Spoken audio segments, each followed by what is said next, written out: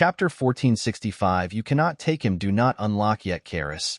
Tell me where the Ryan is, he demanded, his voice echoing slightly in the memory-filled void.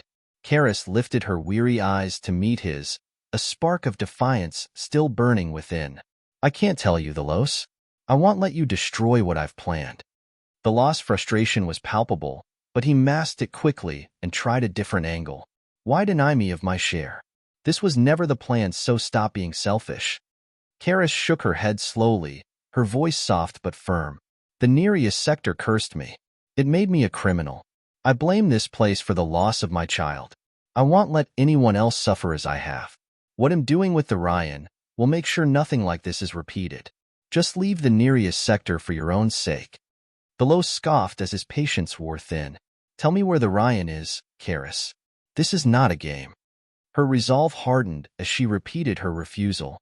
No, the Los. I must finish what I started. At that moment, the Los burst into laughter, a sound that seemed jarringly out of place in the somber atmosphere. Karis stared at him, confusion and surprise written across her face. The Los, catching his breath, waved his hand dismissively. I don't need you to tell me, Karis. Look around you. As he spoke, the memories swirling around them began to shift.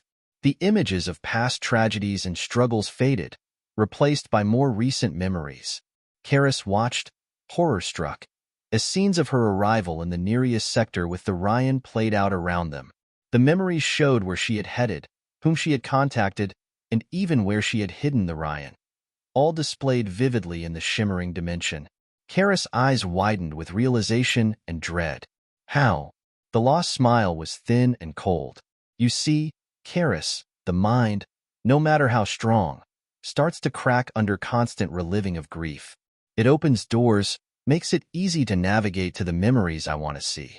Your plan, your contacts, the Ryan's location, I know it all now. Karis felt a chill run down her spine as the implications of the lost words sank in. Her last defense had been breached, her secrets laid bare not by torture or threats, but by her own memories. The Los continued, his voice now a whisper that seemed to fill the space. You thought you could outsmart everyone, didn't you?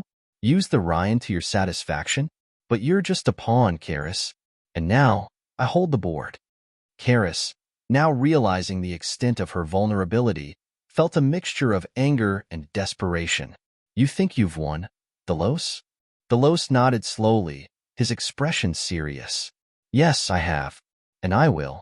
The Ryan will be mine, and with it, I will choose to do whatever I please. As the revelation hung heavy between them, Karis' mind raced for solutions, ways to salvage her plan. But with every option seeming to slip through her fingers, her situation felt increasingly hopeless. The Los, satisfied with the shock and defeat on Karis' face, began to fade from the dimension, his parting words echoing around her. Goodbye, Karis. Says I cannot let you take him, Gustav stated while grabbing the unconscious clone. However, in the next moment, a star-patterned construct appeared around the body, causing it to vanish. Sorry, but you can't stop me, Mac responded while the unconscious body appeared beside him in midair.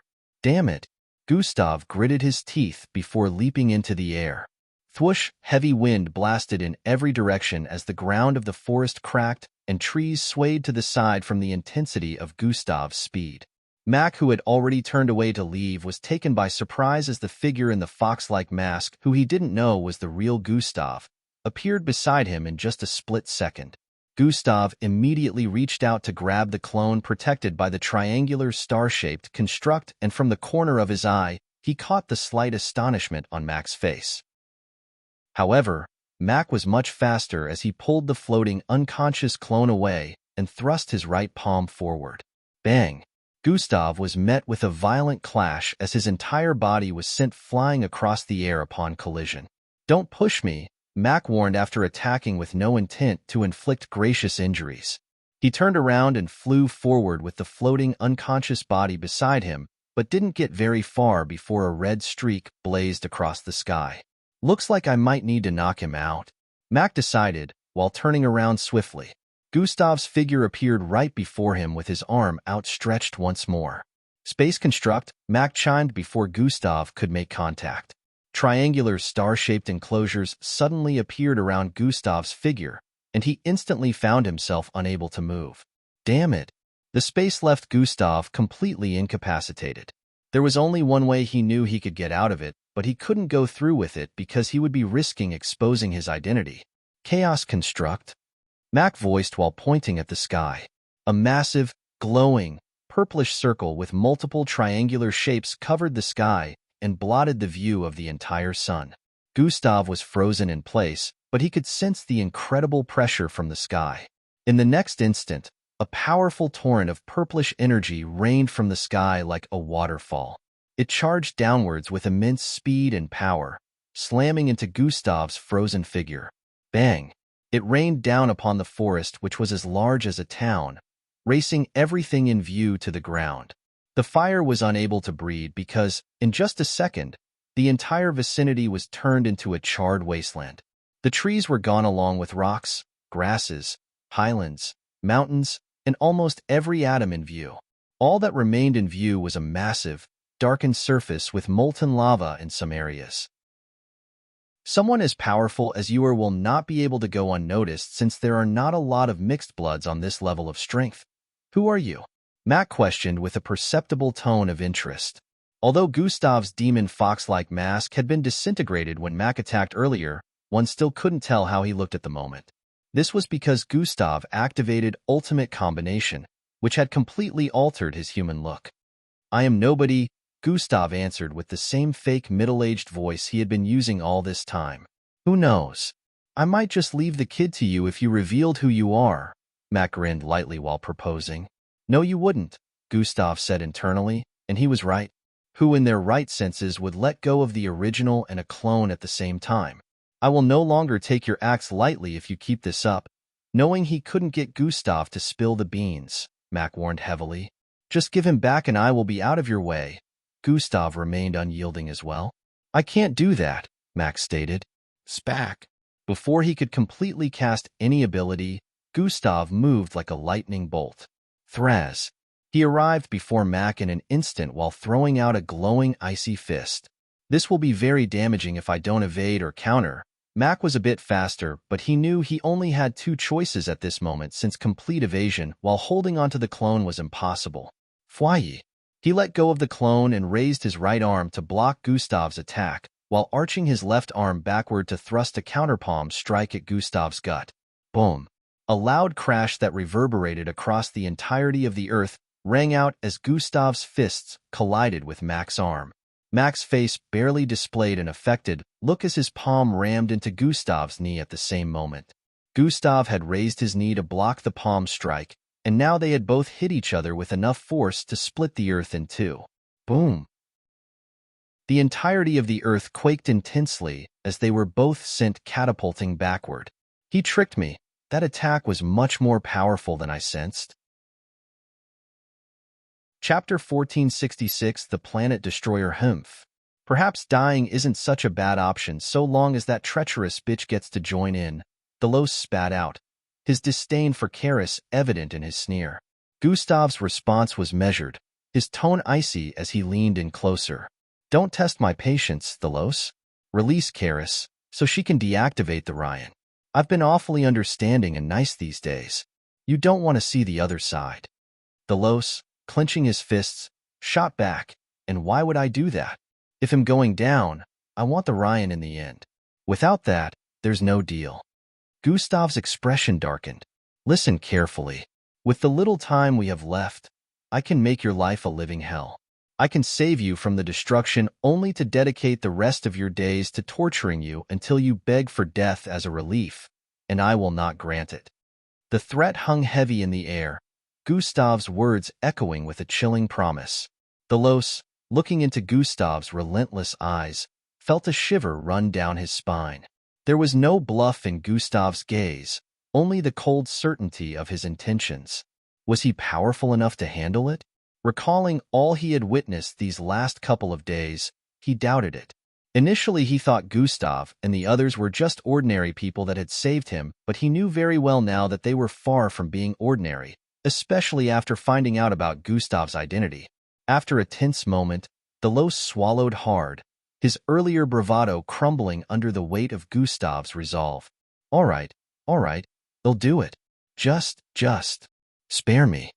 Gustav nodded curtly, signaling to an operative who handed the Los a small, reflective surface, a portal device. With a resigned sigh, the Los took the device, his hands slightly trembling as he summoned Karis from the dimensional void she was trapped in. The air shimmered as Karis was pulled through the reflective portal, her form solidifying in the real world. She looked around, disoriented for a moment before her gaze hardened upon seeing the Los and Gustav. The urgency of the situation brought them to the site where the Ryan was embedded, its glow pulsating ominously. The operatives, along with Vlade Zenith, stood back as Gustav led Karis to the crystalline structure. Karis, you're the only one who can deactivate this, Gustav stated. Karis, her expression unreadable, surveyed the Ryan. The burden of her decision weighed visibly on her shoulders. After a moment's hesitation, she shook her head. No. The single word fell like a hammer. Gustav's brow furrowed, his patience fraying. Why won't you deactivate the Ryan? You really want innocent folks, children to lose their lives just like how your baby lost its? Karis' eyes met Gustav's as a flurry of emotions flickered through. That is not it. I am trying to save them and the potential many others that may fall into such a disastrous situation. When the nearest sector is no more, so will their suffering. This will only bring salvation. The Los interjected, anger lacing his tone. You'd risk everything for your ideals? You're as mad as they say. Karis turned to face the Los, her gaze steely. And you'd sell us all out for a chance at power. We're different, the Los. I'm trying to save lives as opposed to your selfish ass. Gustav stepped between them. No, you're trying to take them. There can be other better ways of saving them. Do you really believe this is the only path? Karis sighed, the weight of the world seeming to press down upon her. There is no other way. The nearest sector is full of rotten criminals. Their death will make the universe a better place. Other innocents won't fall into their hand once the charge goes off. Zenith, who had been silent, now spoke up. If I had known of our baby, I would have done better. As much rotten as I am, I don't believe those kids should suffer the same fate as the ones you wish to punish. You are not giving them the chance to be saved, or live a potential life different from how you did. What if there is hope for them, and you end up snuffing it out with this? The question hung in the air, unanswered as Karis pondered the gravity of her next actions. Gustav knew that persuading her would take more than threats or pleas. It would require understanding and perhaps aligning with her deeper motivations.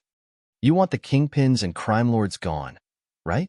Gustav broke the silence, his voice steady, eyes locked on Karis' conflicted gaze. Karis, taken aback by the simplicity of the question, responded with a hint of frustration. Of course, that's why we're here. This, she gestured to the glowing Ryan, is the only way to cleanse the sector once and for all. Gustav shook his head slightly, a thoughtful look crossing his features. It's not the only way. There are other paths, ones that don't involve taking innocent lives. Karis' eyes narrowed, skepticism written across her face. And what would you know of it? I can help you achieve that. I have the power, Gustav stated. Pfft. You? What can you do? Where does such unruly confidence come from? Karis nearly bursted out in laughter as deeds of the powerful crime lords appeared in her mind. It's because I am Gustav Crimson, the planet destroyer, as the Alliance calls me, Gustav revealed, his title hanging heavy in the air. He didn't elaborate on his past deeds, but the weight of his reputation was evident. Karis stepped back, her shock apparent. You're him? She murmured, piecing together rumors and stories she'd heard of the infamous fugitive. Yes, Gustav affirmed, you have no doubt heard of some of my feats. Does any of your crime lords compare? Karis didn't need to answer because the look on her face already did. You're just as bad or even worse. Why would I deactivate the Ryan after your revelation? Karis inquired with a frightened look. Karis, still processing the revelation, looked from Gustav to the Ryan and back. You're a planet destroyer, yet you speak of saving lives? Gustav's expression softened. I've been called many things, Karis. Not all are true, and not all are unfounded. Iram wanted to step in and speak on behalf of Gustav based on all he had seen so far, but Gustav stopped him. He leaned closer to Karis before responding. Sometimes, you need a monster to get rid of other monsters. Karis' mouth hung open as she couldn't find the words to refute. For some reason, Gustav's statement made a lot of sense even though she was supposed to be terrified of such a presence. But I need you to trust me, deactivate the Ryan, and let us handle this without catastrophe. Finally, she nodded, her decision made. I don't know why I'm trusting a planet destroyer, but he'll do it. Turning to the Ryan, Karis approached the crystalline structure. She placed her hands on its surface, her fingers tracing the complex patterns that emitted a soft, blue light. Whispering words of deactivation, she began the process. The glow of the Ryan slowly dimmed, the pulsating energy ebbing away as Karis' chant continued. Around them, the atmosphere shifted, the imminent threat receding with each passing second. As the light of the Ryan faded to a mere flicker and then extinguished, a collective sigh of relief swept through the room. The Triton guards, led by Officer Iram, stepped forward. With professionalism and precision, they secured the now inert Ryan, placing it within a specialized containment unit designed to safeguard such powerful mineral. Thank you, Gustav, for your intervention, Officer Iram said, offering a nod of respect to Gustav. We'll take it from here. The Ryan will be kept under maximum security. As they prepared to escort Karis and the Los away, Karis gave Gustav a long, searching look. I hope you keep to your word, Gustav, she said quietly, a mix of hope and uncertainty in her voice. Gustav nodded in acknowledgement. I will, but too bad you won't be around to see it. In the aftermath of the crisis with the Ryan, Ria approached Gustav with an inquisitive gaze. So, what's next? He asked. Gustav turned to him with a smirk, his eyes glinting with a fierce resolve that had become all too familiar. It's time for heads to roll, he declared, his tone suggesting a looming storm about to be unleashed. As Iram and the Triton guards organized their exit from the nearest sector, Gustav quickly laid out his plans. He assigned tasks to each of them, focusing on strategic strikes against the criminal underbelly of the sector in a bid to keep his word to Karis. Eldris and Falco, he said, I need you two to coordinate the extraction of trafficked alien kids. Get them to safety, set up a secure channel for medical and psychological support. No loose ends. Endrick, Ria, he instructed, start dismantling the slave markets. Free those held against their will, and ensure they have a passage to safe havens. I don't have to say, use force if necessary because it will be, but keep casualties to a minimum. Chapter 1467. The update do not unlock, not according to recent data. Another officer shook their head while putting up a bunch of holographic statistics. The meeting seemed to be split between two sides. One side was with General Chell while the other side disagreed with him. Grand Commander Cheyenne, what is your take on this? Commander Zenatus said to middle-aged-looking man with a diamond shard in his forehead. Enough with the bickering. The Grand Commanders will come to a decision on this later. For now, this meeting is adjourned, Grand Commander Cheyenne stated with an authoritative tone. Minutes after the meeting came to an end, General Chell approached Grand Commander Cheyenne. We need to make a move now, or we are going to lose Gustav to the Draconites, he stated. What do you mean by that? Grand Commander Cheyenne inquired with a suspicious expression. They employed a very powerful entity to capture him. Who? Amidst the serenity of space, where stars twinkle like distant lighthouses guiding the wanderers of the cosmos, a spacecraft, its design unconventional with a distinct pentagon shape, could be spotted floating in place. Atop this vessel were two remarkable-looking figures. The first figure, an individual with curly black hair, floats slightly above the vessel. On his forehead, a green glowing dot pulsates with an ethereal light, marking him as someone of significant power and mystique. Around him, an aura of formidable energy emanates, pushing against the very fabric of space, distorting the area around him with an invisible force. His eyes are focused, reflecting a resolve that is both calming and intimidating. Beside him, the second figure, with dirty blonde hair, exudes a different kind of significance. This individual carries a weight in their demeanor, a target of unimaginable value. It is this figure that beckons the extraordinary, drawing forth the presence of divinity. Without warning, space before the spacecraft distorts, a rippling effect that heralds the arrival of the entity with crimson, tree-like hair. It materializes with a silent grace, floating before the vessel, its hair billowing in an unseen cosmic wind. The entity's appearance is mesmerizing, its hair glowing with a deep, rich hue that contrasts starkly against the backdrop of space. The moment of confrontation is electric, charged with an unseen tension that grips the void. Indrik's eyes remained close, almost like he was lost in a trance.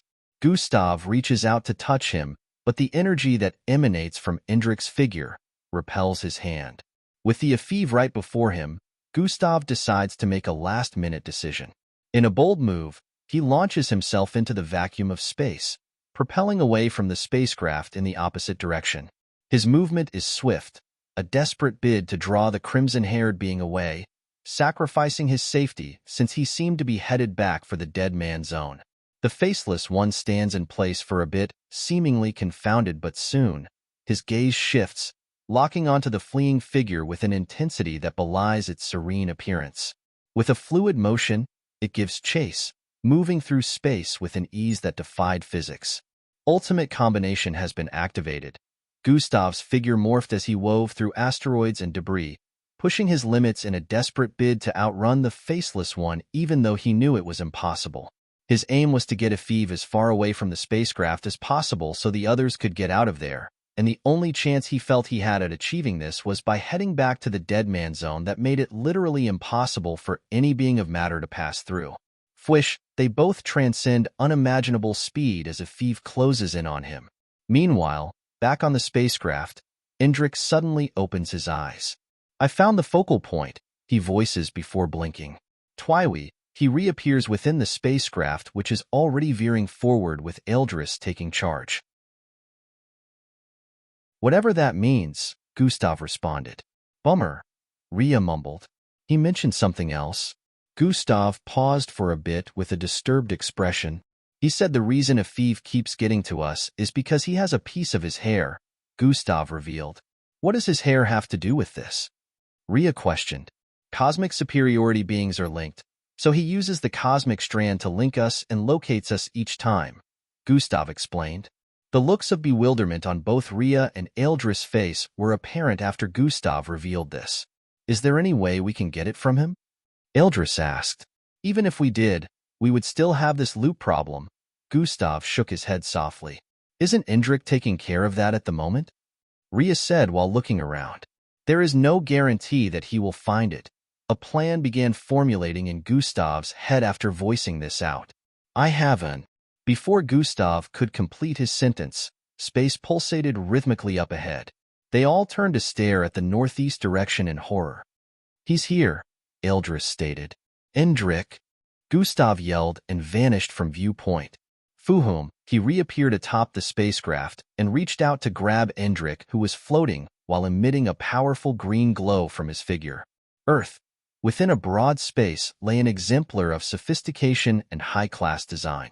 Its expansive dimensions are accentuated by the minimalist, yet opulent decor, where the interplay of natural light and shadows casts a serene ambience conducive to focused deliberation. The room is encased in panels of dark, rich mahogany, their polished surfaces reflecting the subdued lighting from the elegant, recessed ceiling fixtures, creating an atmosphere of warmth and exclusivity. At the heart of this boardroom lies a grand, elongated table, its surface a flawless expanse of gleaming, jet-black marble. This imposing centerpiece commands respect, its sleek, reflective top mirroring the solemn expressions of those seated around it. Around this table, figures clad in authoritative uniforms convene, their attire a testament to their positions of power within the MBO. Medals and insignias, symbols of achievements and rank, glint under the soft lighting, adding a touch of solemnity and pride to the gathering. "What is this talk about sending more of our officers to the Alliance?" the officer backing the floor-to-ceiling window on one side offering a breathtaking view of the city skyline, voices in bafflement. It was requested by the Alliance in order to capture the fugitive Gustav Crimson. General Chell answered from the other end. They have enough forces. It is unwise for us to give more. Another general voiced his opinion. Other planets agreed, so it would be odd if we decided not to. General Chell responded. Yes, capturing Gustav Crimson should be #1 priority. Another officer agreed with General Chell. With all due respect, we have already put a lot of resources into capturing Gustav Crimson. At this point, we are starting to neglect that there are bigger issues to take care of right here on our planet and not out there in the stars. Commander Xanatus, who was also present, stated with a respectful yet assertive tone. We have enough forces to handle whatever is on the ground just as much as what is in the sky, General Chell responded. Chapter 1468. Can I? Do not unlock after a moment that seems both an instant and an eternity in the vast, timeless expanse of space. He extends his left hand toward the black hole. His arm does not tremble. Instead, it thrums with an energy that is both terrifying and beautiful in its intensity. Cohelia come forth. From his fingertips, a glow begins to emanate, spreading to engulf his hand in a spectrum of light that defies description. The colors blend and shift, radiating outwards in hues that human eyes have never seen and minds have never imagined. Suddenly, with a purpose that is as deliberate as it is mysterious, a succession of massive, rhombus-shaped lights bursts forth from his arm. These lights, each a different, vibrant color, phases into existence. They move with a synchrony that is both mesmerizing and purposeful, aligning themselves into a formation that is geometrically perfect and stunning in its complexity. As these colossal, multicolored rhombi cascade towards the black hole, space itself seems to warp and shimmer around them. They approach the event horizon, not with the hesitance of matter doomed to be devoured, but with the assurance of entities that command their own fate. In a spectacle that would render the most eloquent of poets speechless, the lights envelop the black hole, their brilliance challenging the darkness that has consumed all light. 10-10 as these colossal, multicolored rhombi cascade towards the black hole, space itself seems to warp and shimmer around them. They approach the event horizon, not with the hesitance of matter doomed to be devoured, but with the assurance of entities that command their own fate. In a spectacle that would render the most eloquent of poets speechless, the lights envelop the black hole, their brilliance challenging the darkness that has consumed all light. With a silent command that resonates through the very essence of reality, Gustav causes the lights to converge, their energy intensifying to a crescendo that outshines galaxies. In a moment of cosmic defiance, Cohelia rears its mouth in full form and swallows the black hole whole, enveloping it in a luminance that rewrites the laws of physics with its sheer will. And then, as suddenly as it began, the display ends. The black hole, that insatiable maw of destruction, vanishes without a trace, leaving behind a void where once stood a titan of the cosmos. The multicolored lights, having accomplished their unfathomable task, fade into the ether, their purpose fulfilled. Gustav lowers his hand, the glow dimming, then extinguishing, leaving no trace of the monumental power it had just channeled. All of a sudden, cracks began to appear all over the surroundings. It was like reality, and all of existence was cracking like fractured glass. KRRRYYCCHHHH, Gustav floated in place as these cracks ultimately spread across the entire vicinity and shatters. Blinking for a split second, Gustav finds himself in a different environment. Gus, you listening? A familiar voice called out to him from behind, causing him to turn around.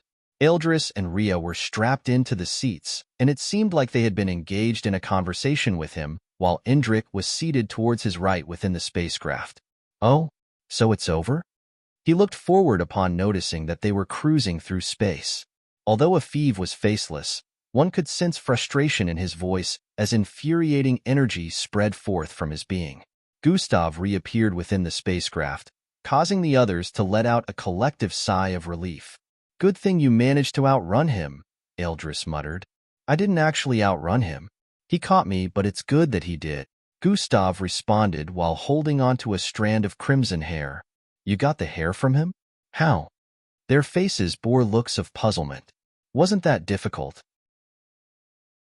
Gustav went on to explain how he sneaked his hand into Efive's personal space at the last moment and pulled the hair out before vanishing. Gustav knew how to make spaces collapse, so this wasn't much of a difficulty for him. Fortunately, he activated the dimensional bracelet seconds prior to getting caught by Efive, or things would have gone in a completely different direction. Does this mean he won't be able to track us anymore? Ria questioned. Yes, he won't, Gustav voiced in confirmation. But we still have to get to the focal point and get rid of this loop, Eldris pointed out, receiving a nod from Gustav. What happens if 5 days go by and we haven't managed to get rid of the loop? Does the hair go back to him when this whole thing resets or? Ria asked with a look of bafflement.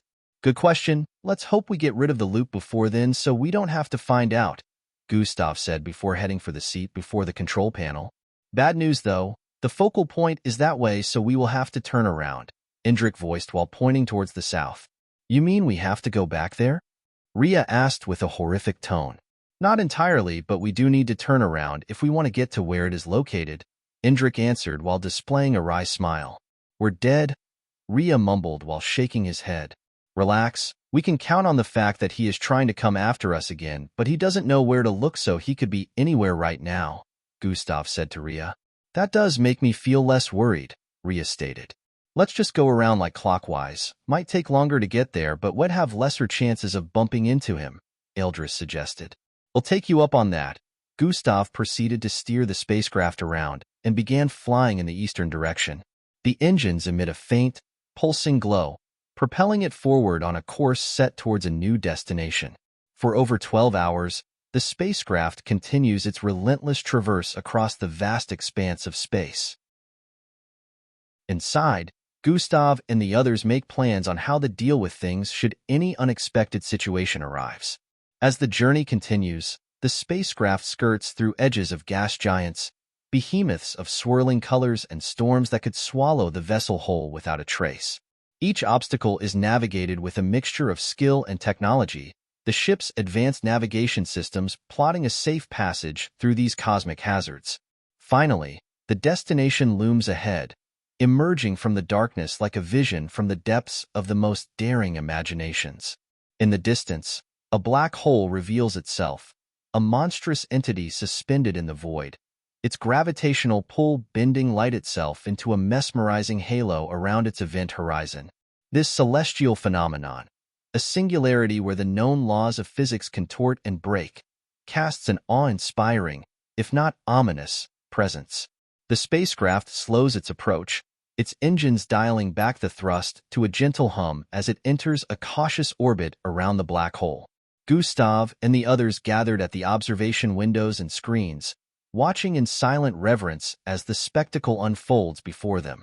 The black hole's accretion disk, a swirling maelstrom of matter being inexorably drawn into the abyss, glows with a fierce, ethereal beauty. You're saying the focal point is a black hole? Gustav questioned with a look of disbelief.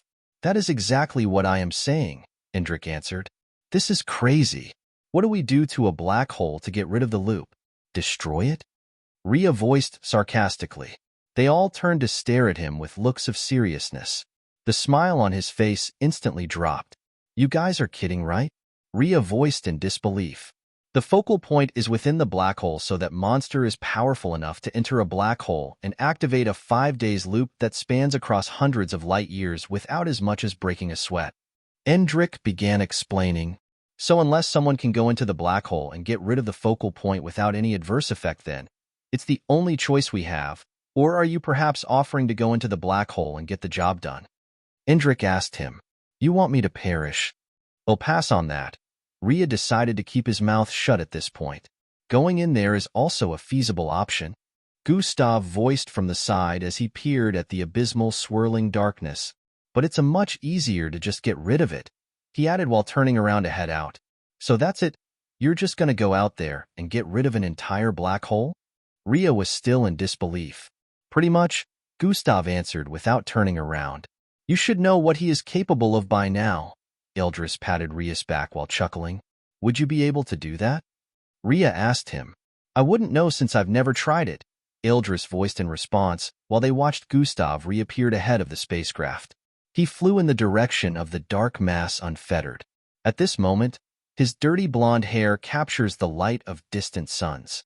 His undeniable aura of divinity, an almost ethereal quality that seems out of place amidst the cold, impersonal expanse of the cosmos, beams forth as he floats serenely before one of space's most awe-inspiring and terrifying phenomena, a black hole. The black hole itself, a boundary beyond which nothing can escape, pulses with the last echoes of light from matter being inexorably drawn inward. Against this backdrop of ultimate destruction, Gustav observes, his gaze intense yet unfazed, as if understanding the very essence of the cosmic existence before him.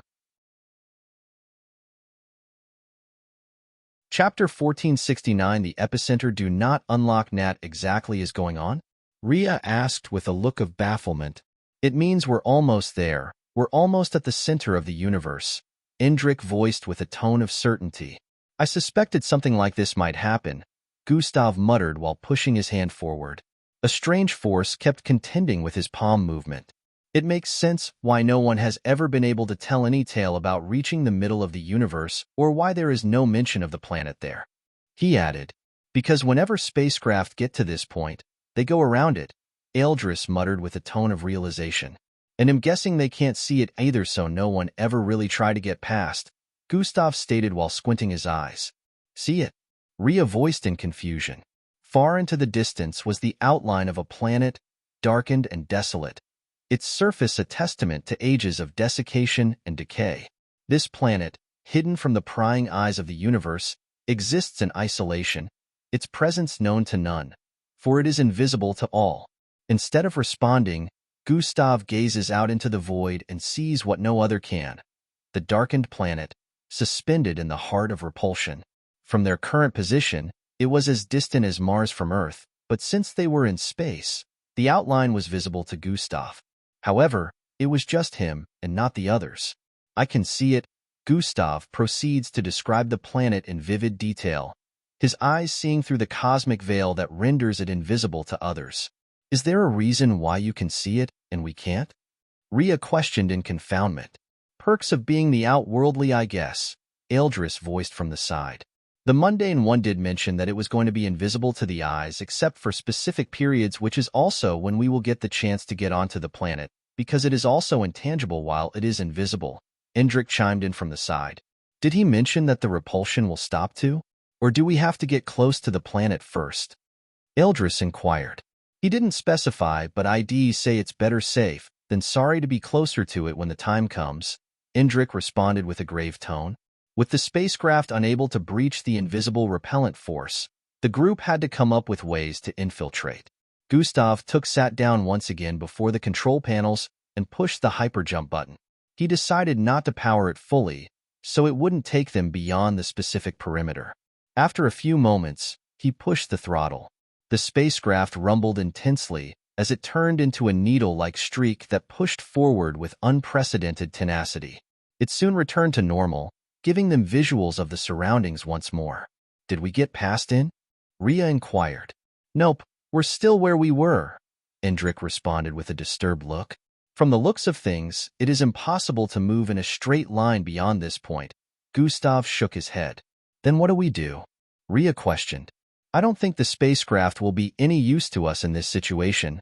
Gustav stood to his feet. Come on, let's head out, he added while heading for the exit. Ildris and Rhea grabbed a spacesuit since they couldn't breathe in space while Indrik and Gustav headed out without issues. In a bit, they were floating before the endless void of space, ready to take on the repelling force before them. Oh, so it's over? He looked forward upon noticing that they were cruising through space. Taking note of the surroundings, he spotted familiar orbital bodies that came into view when they left the Deadman Zone over 2 weeks ago. From the time and date Gustav could see the spacecraft displaying, it seemed like they had gone back once again. What do you mean, oh, it's over? I asked how long will it take us to reach our destination? Rhea questioned with a look of bafflement. Ildris was just as clueless. He felt like something was wrong. You okay? He inquired. Yeah, I'm fine. It looks like you guys don't remember. That's a good sign, Gustav stated with a look of relief. Remember what? Rhea and Eldris took a brief glance at each other. They were starting to wonder if Gustav was cuckoo in the head. It's better that y'all don't know. At least Efeve won't be able to give chase anymore. Gustav smiled while the ancient hourglass appeared before him. Floating atop the ancient hourglass was the crimson strand of root-like hair which was bathed in a golden glow. Gustav had made use of the ancient hourglass energy to prevent the hair from being stripped away by the correction in time. Since the loop was shattered, it meant Gustav wouldn't have encountered Efeve and successfully stolen the hair. So originally, the hair would have returned to Efeve, and he would still be capable of hunting them even after shattering the loop. Fortunately, the energy from the ancient hourglass prevented this. Eldris and Rhea both stared at Gustav, still utterly confused about how they went from talking about their destination to whatever he was referencing. I still remember, though, Indrik chimed in from the side. Time candidate, of course, Gustav voiced an understanding. It wasn't the first time Indrik was retaining his memory after a time reconfiguration. You guys better fill us in, Rhea stated in defiance. Well, it might be better for you two to know about it anyways, just in case. Indrik decided to be the one to narrate the endeavors to them. Gustav focused on steering the spacecraft forward and taking unprecedented paths so as not to accidentally bump into Efeve again. They had successfully gotten away from him, but to make sure things stayed that way, they needed to avoid spots that they initially traveled through. In another part of space, Efeve floated while his hair grew in length. Some parts of it became much thicker than before and spread out like branches. In a few moments, a finger-sized green fruit with circular top and base grew out of the peak. It exuded a mythical glow as the time surrounding it sped up. The fruit ripened in just a few seconds, and Efeve reached up to pluck it with his incredibly slender fingers. He placed the fruit at his neck region, and a circular hole suddenly opened up to consume it. His neck emitted a glow which followed down into his belly from the shimmer of the fruit. Suddenly, Efeve's body began to morph. The serene beauty of the hair's crimson branches becomes more pronounced, their edges sharpening, their movements becoming more deliberate and ominous. The branches twist and coil, transforming into a writhing mass that exudes a sinister aura. The transformation is not just visual but palpable, as a wave of energy bursts forth from Efeve, rippling through the surrounding space, distorting the very fabric of reality. As the Efeve undergoes some type of metamorphosis, his form grows exponentially, expanding into something far more sinister and immensely powerful. The once serene and beautiful branches now resemble the tendrils of some cosmic horror, each movement synchronized with the pulsing of dark energy that now emanates from his core. The crimson hue deepens to a blood-like shade, imbuing Efeve with an aura of malevolence that chills the soul. The faceless nature of Efeve becomes even more pronounced, as if its lack of features is a void that draws in all hope, all light. Its form, now a monument to dread, looms in the void of space, a harbinger of an unfathomable darkness. The transformation was completed, and where once floated a creature of mysterious beauty, now stands a being of unparalleled power and sinister intent. I may not know where you are, but I know where you are going. Efeve's dreadful voice resonates deeply despite being in space as he suddenly vanishes. 10 days later in an unknown location, Gustav's spacecraft slices through the vacuum of space. They happened to be nearing their destination at this point and watched out for unexpectancies. As the spacecraft further nears their destination, the group notices a shift in the behavior of space itself. Particles that once drifted lazily now veer away in an unseen current, as if repelled by an invisible force. Stars that should twinkle in the distance seem to skirt around an unseen boundary, leaving a void that stares back at them like an unblinking eye. The closer the spacecraft gets, the more pronounced the repulsion becomes, until it reaches a threshold where space itself seems to fold, creating a barrier that no physical object can penetrate. Why have we stopped? Are we there already? Rhea questioned. It's not by the choice. The engines are still running, but it's having difficulty moving any further, Gustav answered. We are being repelled. Eldris stood to his feet, and noticed that it took a lot of energy to move forward despite being within the spacecraft.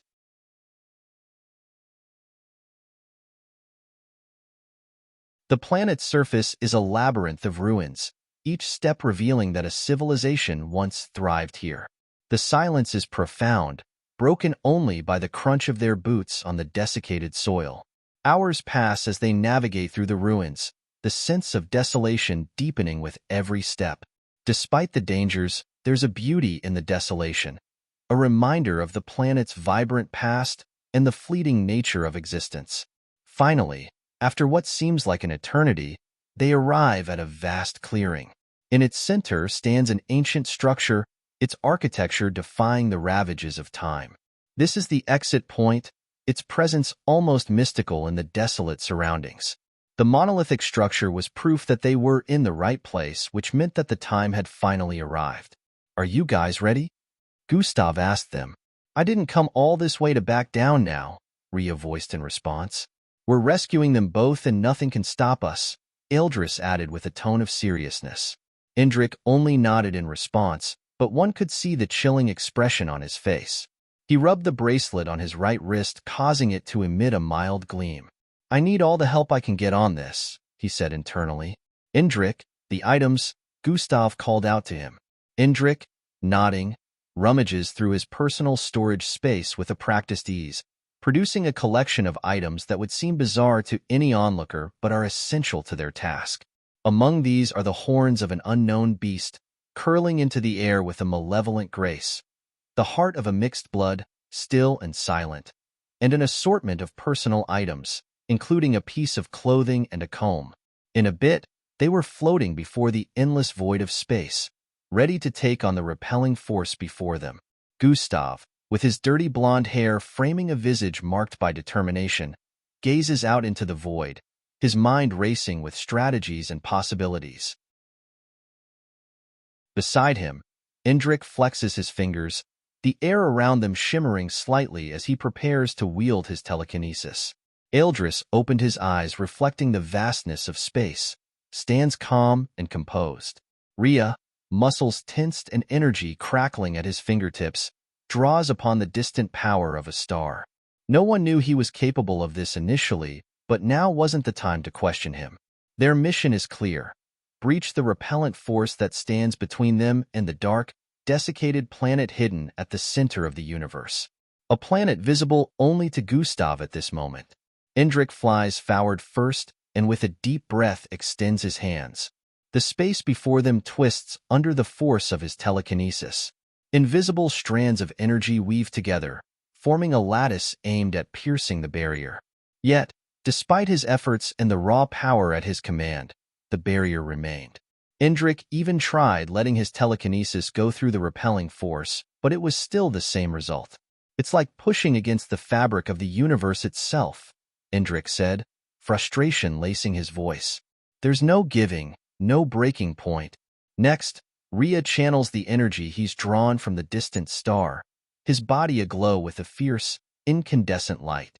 With a roar that echoes through the vacuum of space, he launches himself forward, his fist aimed at the center. Even before he could make contact, the repelling force was already slowing him down. However, the strike was still immensely powerful. The impact sends ripples through space, a spectacle of light and energy that would awe any onlooker. Yet, there was no breach in the repelling force.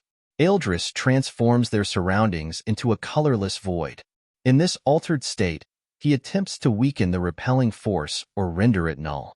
But as his powers reach out, they find no purchase, the repelling force existing beyond the reach of altercation. Eldris shakes his head in defeat. The others understood at this moment that abilities weren't working on the surroundings, but they still needed to keep trying. Hours pass as they regroup and reconsider, their powers unable to find a weakness in the repelling force. Gustav gazes into the distance while multiple different options run through his mind. At this moment, he makes a conscious decision.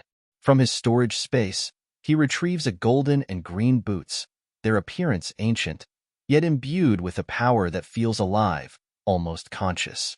The Void Stepper, an artifact said to defy the limitations of movement and travel. "What are those?" Rhea asks, curiosity piqued by the boot's unmistakable aura. An old legend, Indrik replied while turning to stare at Gustav, who was strapping the boots onto his feet. They're said to step through the void itself, to travel where one wishes without regard for barriers or distances, he added. A silence falls over the group, a mixture of skepticism and hope, as Gustav stands ready.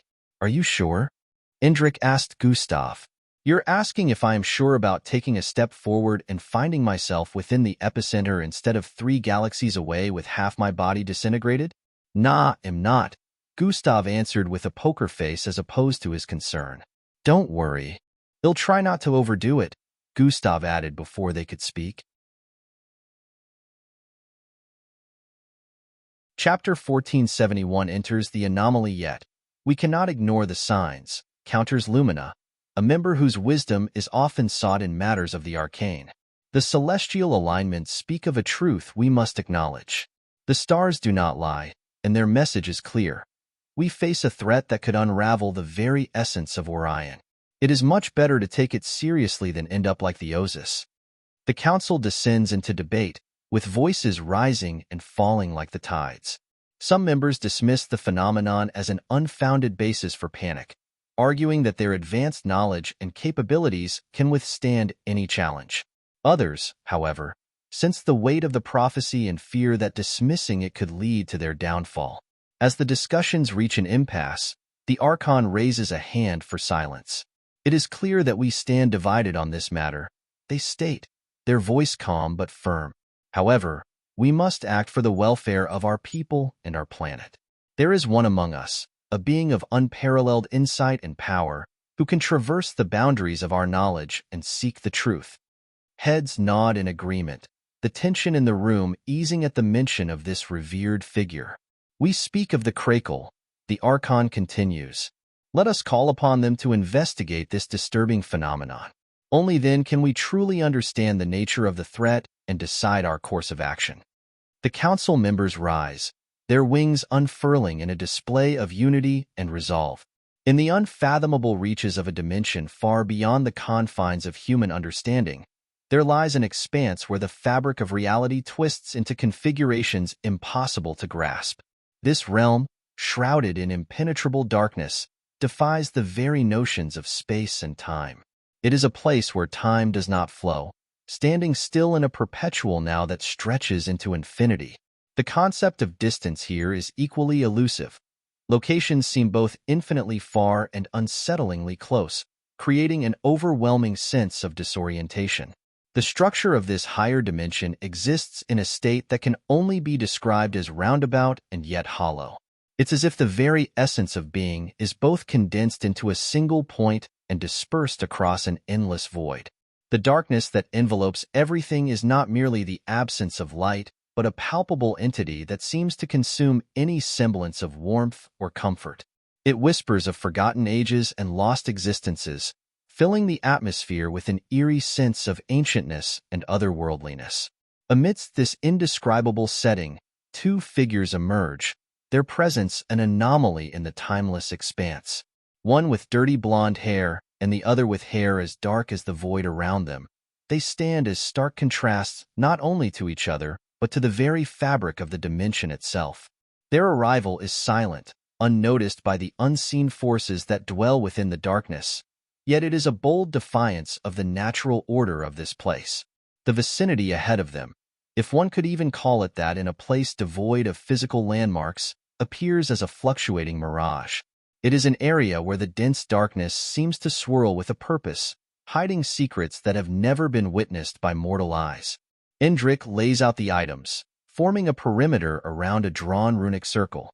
The runes, etched into the ground with a precision that speaks of ancient knowledge, seem to dance in the fading light, awaiting infusion of energy to awaken them from their slumber.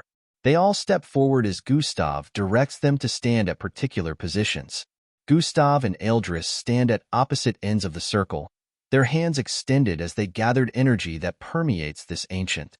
Rhea and Indrik move around the perimeter, ensuring each item resonates with the energy being channeled. As the ritual progresses, the air around them becomes charged, the boundary between the physical and the ethereal blurring. The runes start to glow, a soft light at first, growing in intensity with each passing moment until the circle becomes a beacon of pulsating energy. Indrik, now, Gustav announces, his voice steady, a counterpoint to the storm of energy that rages around them. Indrik's forehead emits a bright green glow at this moment, causing the energy of the time candidate to spread across the vicinity. He currently wasn't making use of his telekinesis, only Husarius was at work. The energy around them peaks, a crescendo of light and power that envelopes the group, the ancient items, and the runic circle in a dome of radiant energy. The heart of the mixed blood pulses once, a beat that resonates through the ground and into the very fabric of the universe. And then, as suddenly as it began, the energy recedes, the light dimming until only the glow of the runes remains. Thrigs, a violent ripping sound suddenly resonates across the surroundings, and in the next moment, two rifts start to materialize, one on each side of the monolith. The rifts continuously extend, till they become large enough to form a passageway. Gustav, opening his eyes, looks around at his companions in the intensity of the moment. "We've done it. It is time to rescue them," Eldris voiced with a tone of seriousness. Rhea gulps saliva as this moment had been long anticipated. "That one should lead to Falco, while this one leads to Angie." Gustav pointed at the one directly perpendicular to his location. "Which one do you want to take?" Indrik asked. This was a difficult question Gustav hadn't answered in weeks. He always said he would cross that bridge when he got here, and now they had finally gotten here, and yet he hesitated. "I don't know what Falco might have become, so despite this being a rescue, he is a threat. There should be lesser complications with Angie, so I should let them handle bringing her back instead of myself. They'll take on the bigger threat so as not to jeopardize their safety." Gustav put the whole situation into retrospective view and made a conscious decision. "Are you sure about that?" The system inquired internally. "It's the best choice. Safer option for them," Gustav answered. The system bothered him no more afterwards, and Gustav decided to make his decision known. "They'll leave getting Angie back into the hands of you two." He pointed at Indrik and Eldris. He believed that with their capabilities they would be able to handle that much. "Rhea, you're with me," Gustav said while moving towards the left. "All right," Indrik nodded before heading towards the right. "Use the cloaking tool and try as much as possible not to attract any presence. The rift will only be open for 3 hours. Afterwards, anyone still within will be stuck in the other dimension forever," Gustav warned them with a tone of caution. "Then, let us not waste another moment." Eldris peered forward in determination. Together, they stepped forward, leaving the ancient structure and the activated runic circle behind. The path before them is uncharted, a journey into that promises imminent danger and destruction, but yet they remain unfettered. In the far reaches of the cosmos, nestled within a constellation seldom gazed upon by human eyes, lies a planet unlike any other. This world, known to its inhabitants as Orion, is a marvel of natural beauty and ethereal landscapes. Its sky, a canvas of vibrant hues, reflects the diverse and rich life forms that call Orion home. Among these beings are the ethereals, a race distinguished by their luminous halo-like rings that float gracefully above their skulls, and magnificent wings that unfurl with the colors of the dawn. The ethereals reside in a society governed by wisdom, harmony, and the pursuit of enlightenment. High-ranking members of this society often gather in a council, held in a location as breathtaking as their appearance, a floating citadel of light and crystal, suspended in the sky by ancient power known only to them. It is within this citadel that unfolds a council meeting unlike any before. As the meeting commences, the chamber is filled with the soft glow of the ethereal's halos, casting ethereal shadows on the walls. The council members, each representing different facets of ethereal society, are seated in a circle, their wings gently folded behind them. At the head of the circle sits the Archon, a figure of noble stature, whose halo shines with a brilliance that signifies their leadership. Esteemed members of the council, the Archon begins, their voice echoing softly in the crystalline chamber. "We are gathered here to discuss a matter of grave concern. Reports have emerged from the edges of our solar system of a phenomenon that disturbs the very fabric of our reality. Whispers of an omen of destruction plague our people, stirring unrest and fear. A murmur of concern spreads among the council members, their halos flickering with unease. Surely, we cannot lend credence to mere superstitions, argues Sraffel, a council member known for their rational mind and keen insights. Our ancestors have long taught us to seek explanations in the stars, not in the shadows of fear. Chapter 1472, Don't Ruin It. Author's note. Unedited chapter. Now is not the time to be uncertain. Either you do it right now, or we're toast, he stated with a tone of urgency. This slap seemed to work as a wake-up call for Falco as he suddenly reclined his face while energy began to gather around him. Find somewhere to hide, he suggested.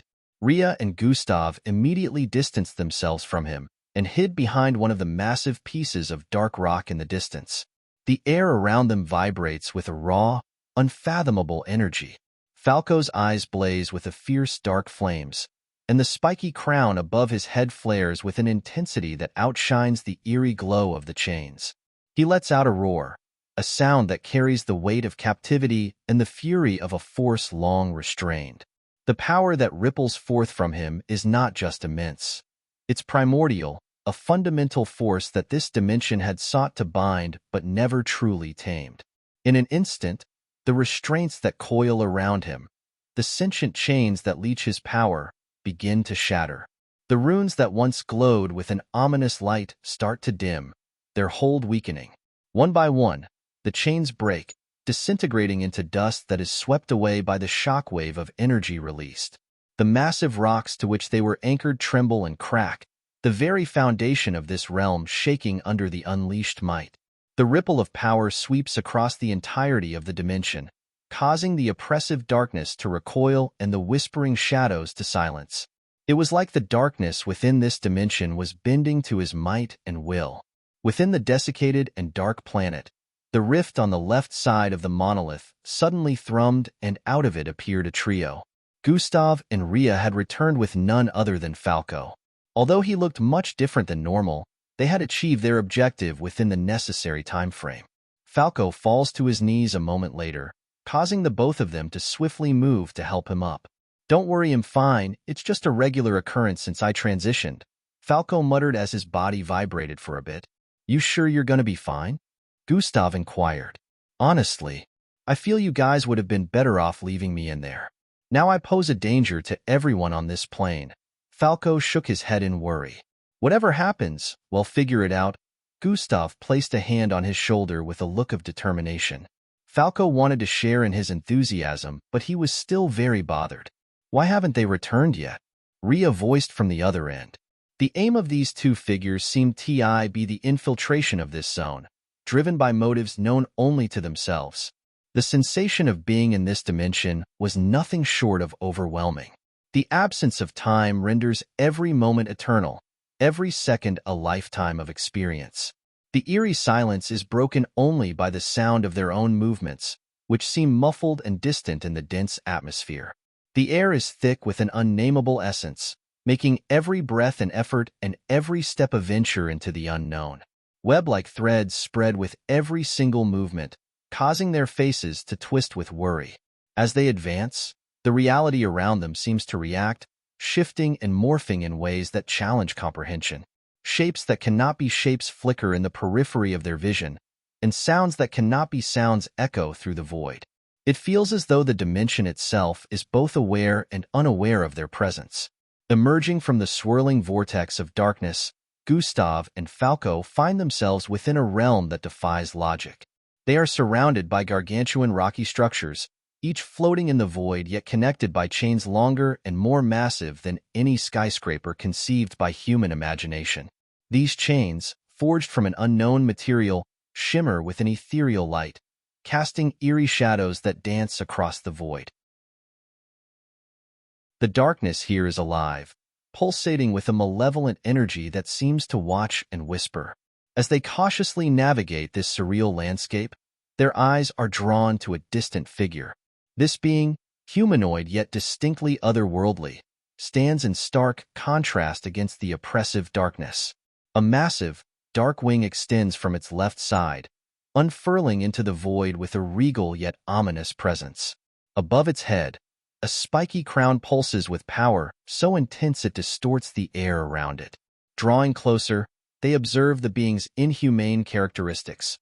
Eyes that glow with an internal fire, skin etched with glowing runes of ancient power, and limbs that blend the elegance of a deity with the ferocity of a creature born from darkness. Most strikingly, the being is bound by restraints that appear almost sentient, coiling around its form and anchoring it to the surrounding floating rocks. Despite the skin of this being looking like tar, Gustav's eyes squinted in suspicion. They soon arrived in clear view of the being who seemed to be struggling with his eyes closed, occasionally wriggling and writhing in pain not visible to the naked eyes. As they drew closer, they realized that this being indeed bears facial similarities with their friend. "Falco?" Gustav whispered. The realization hits them with a mix of relief and urgency. "How is? He looks very different." Ria gazed at the part of his face that elongated into an upside-down V structure. "Yes, but why is he restrained?" Gustav's gaze locked on the coils that bound Falco in place. "If his father is truly who I think he is, why would he bind his son?" Gustav's concern grew as he observed the surroundings. "Can you hear us?" calls out the Ria, his voice cutting through the oppressive silence. The bound being's eyes flickered open at this moment. His pupils dilated as the coils suddenly thrummed with unprecedented energy. "Ahaha!" The being screamed in excruciating pain as a throng of darkness burst forth. Bang! Bang! Gustav and Ria were instantly blasted backwards with intensity.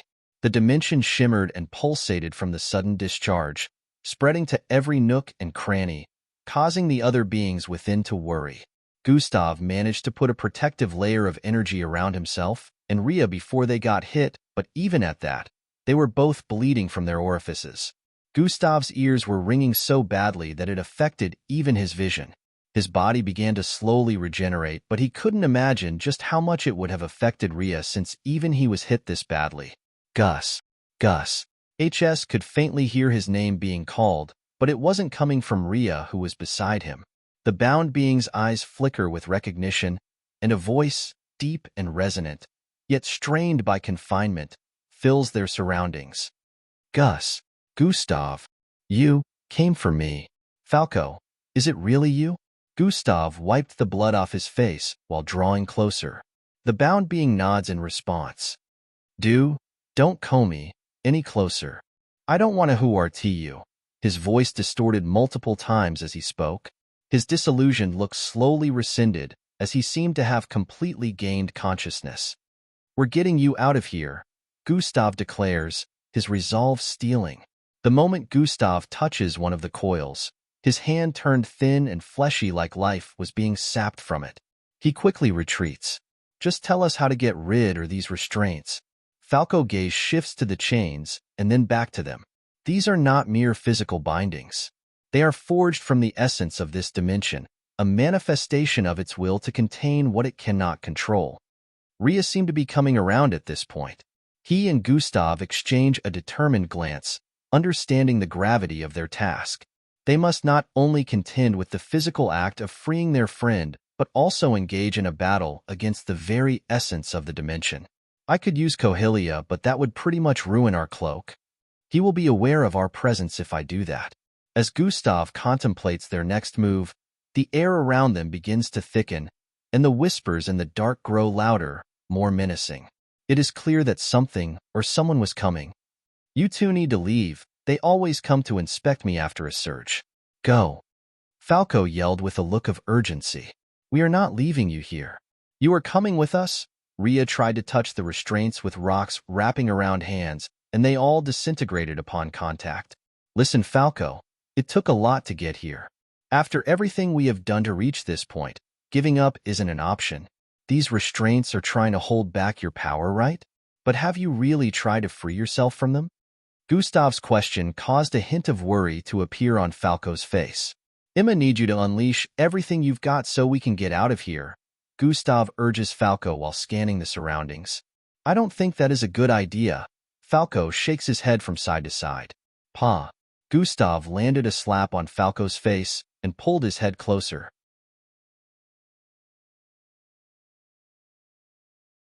Chapter 1473 Mesothelioma do not unlock. I was trying to get a thief off our back. That's the name of the faceless one after us, or specifically, after me, Gustav clarified. Epheve, that's a weird name, Rhea stated bluntly. You should hear the name of the cosmic superior faceless one. Gustav wondered what Rhea would call that if he knew of it. I tried to get him to help us take Epheve off our case, Gustav added. Any luck with that? Eldris inquired. Nah. He said he can't do that. It isn't the way of the faceless, whatever that means, Gustav responded. Bummer, Rhea mumbled. He mentioned something else. Gustav paused for a bit with a disturbed expression. He said the reason Epheve keeps getting to us is because he has a piece of his hair, Gustav revealed. What does his hair have to do with this? Rhea questioned. Cosmic superiority beings are linked, so he uses the cosmic strand to link us and locates us each time, Gustav explained. Gustav watched as shock plastered all over Rhea and Eldris' faces after his revelation. Is there any way we can get it from him? Eldris asked. Even if we did, we would still have this loop problem. Gustav shook his head softly. Isn't Indrik taking care of that at the moment? Rhea said while looking around. There is no guarantee that he will find it. A plan began formulating in Gustav's head immediately after he spoke. I haven't. Before Gustav could complete his sentence, space pulsated rhythmically up ahead. They all turned to stare in the northeast direction in horror. He's here, Eldris stated. Indrik. Gustav yelled and vanished. Fuhum, he reappeared atop the spacecraft and reached out to grab Indrik, who was floating while emitting a powerful green glow from his figure. Earth. Within a broad space lay an exemplar of sophistication and high-class design. Its expansive dimensions were accentuated by the minimalist, yet opulent decor, where the interplay of natural light and shadows cast a serene ambience conducive to focused deliberation. The room was encased in panels of dark, rich mahogany, their polished surfaces reflecting the subdued lighting from the elegant, recessed ceiling fixtures, creating an atmosphere of warmth and exclusivity. At the heart of the boardroom lay a grand, elongated table, its surface a flawless expanse of gleaming, jet-black marble. There was no question that the imposing centerpiece commanded respect, its sleek, reflective top mirroring the solemn expressions of those seated around it. Around the table, figures clad in authoritative uniforms convened, their attire a testament to their positions of power within the MBO. Medals and insignias, symbols of achievements and rank, glinted under the soft lighting, adding a touch of solemnity and pride to the gathering. What is this talk about sending more of our officers to the Alliance? The officer backing the ceiling-high window that offered a breathtaking view of the city skyline, voiced in bafflement. It was requested by the Alliance to capture the fugitive, Gustav Crimson. General Chell answered from the other end. They have enough forces. It is unwise for us to give more. Another general voiced his opinion. Other planets agreed, so it would be odd if we decided not to. General Chell responded. Yes, capturing Gustav Crimson should be the #1 priority. Another officer agreed with General Chell. With all due respect, we have already put a lot of resources into capturing Gustav Crimson. At this point, we are starting to neglect that there are bigger issues to take care of right here on our planet and not out there in the stars, Commander Xanatus, who was also present, stated with a respectful yet assertive tone. We have enough forces to handle whatever is on the ground just as much as what is in the sky, General Chell responded. Not according to recent data. Another officer shook their head while putting up a bunch of holographic statistics. The meeting seemed to be split between two sides. One side was with General Chell while the other side disagreed with him. Grand Commander Cheyenne, what is your take on this? Commander Xanatus said to an aged-looking man with a diamond shard in his forehead. Enough with the bickering. The Grand Commanders will decide on this later. For now, this meeting is adjourned, Grand Commander Cheyenne stated with an authoritative tone. Minutes after the meeting came to an end, General Chell approached Grand Commander Cheyenne. We need to make a move now, or we are going to lose Gustav to the Draconites, he stated. What do you mean by that? Grand Commander Cheyenne inquired with a suspicious expression. They employed a very powerful entity to capture him. Who? Amidst the serenity of space, where stars twinkled like distant lighthouses guiding the wanderers of the cosmos, a spacecraft, its design unconventional with a distinct pentagon shape, could be spotted floating in place. Atop this vessel were two remarkable-looking figures. The first figure, an individual with curly black hair, floated slightly above the vessel. On his forehead, a green glowing dot pulsed with an ethereal light, marking him as someone of significant power and mystique. Around him, an aura of formidable energy emanated, pushing against the very fabric of space, distorting the area with an invisible force. His eyes were focused, reflecting a resolve that was both calming and intimidating. Beside him, the second figure, with dirty blonde hair, exuded a different kind of significance. The individual carried a weight in their demeanor, a target of unimaginable value. It was that figure that beckoned the extraordinary, drawing forth the presence of divinity. Without warning, the space before the spacecraft distorted, a rippling effect that heralded the arrival of the entity with crimson, tree-like hair. It materialized with silent grace, floating before the vessel, its hair billowing in an unseen cosmic wind. The entity's appearance was mesmerizing, its hair glowing with a deep, rich hue that contrasted starkly against the backdrop of space. The moment of confrontation was electric, charged with an unseen tension that gripped the void. Indrik's eyes remained closed, almost like he was lost in a trance. Gustav reached out to touch him, but the energy that emanated from Indrik's figure repelled his hand. With the Epheve right before him, Gustav decided to make a last-minute decision.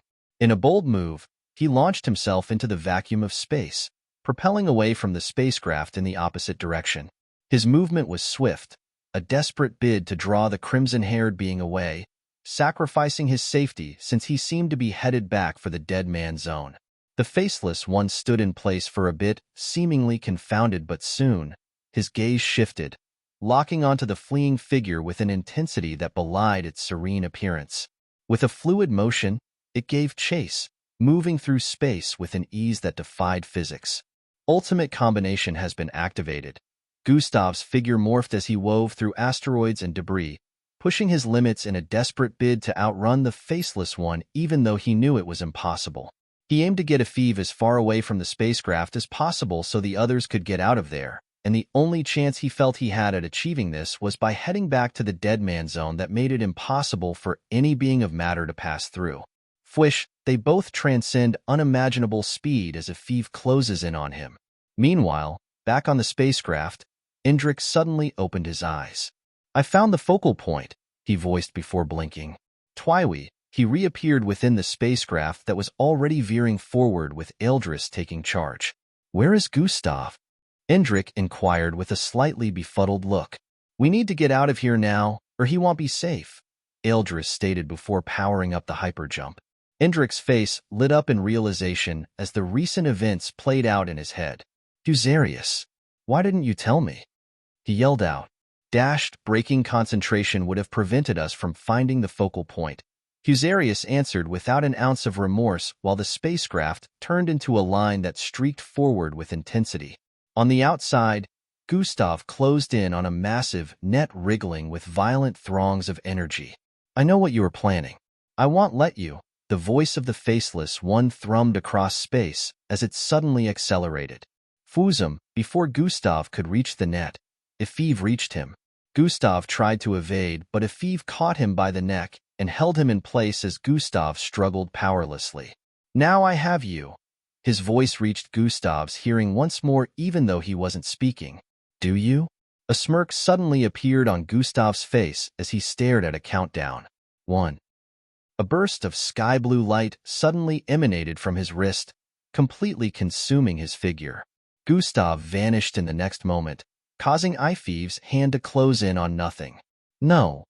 Although Epheve was faceless, one could sense the frustration in his voice as infuriating energy spread forth from his being.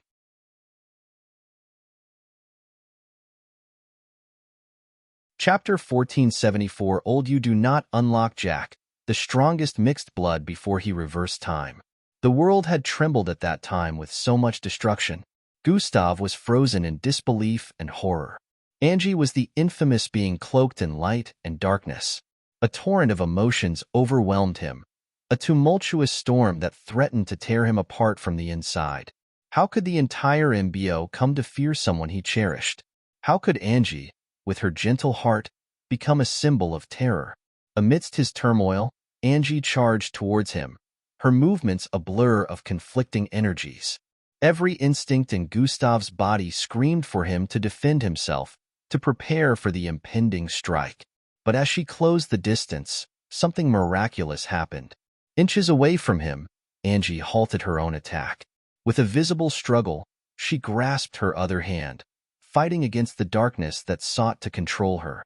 "Gustav," she called out, her voice a mixture of pain and desperation. Black tears streaked down her face, a poignant reflection of the battle raging within her.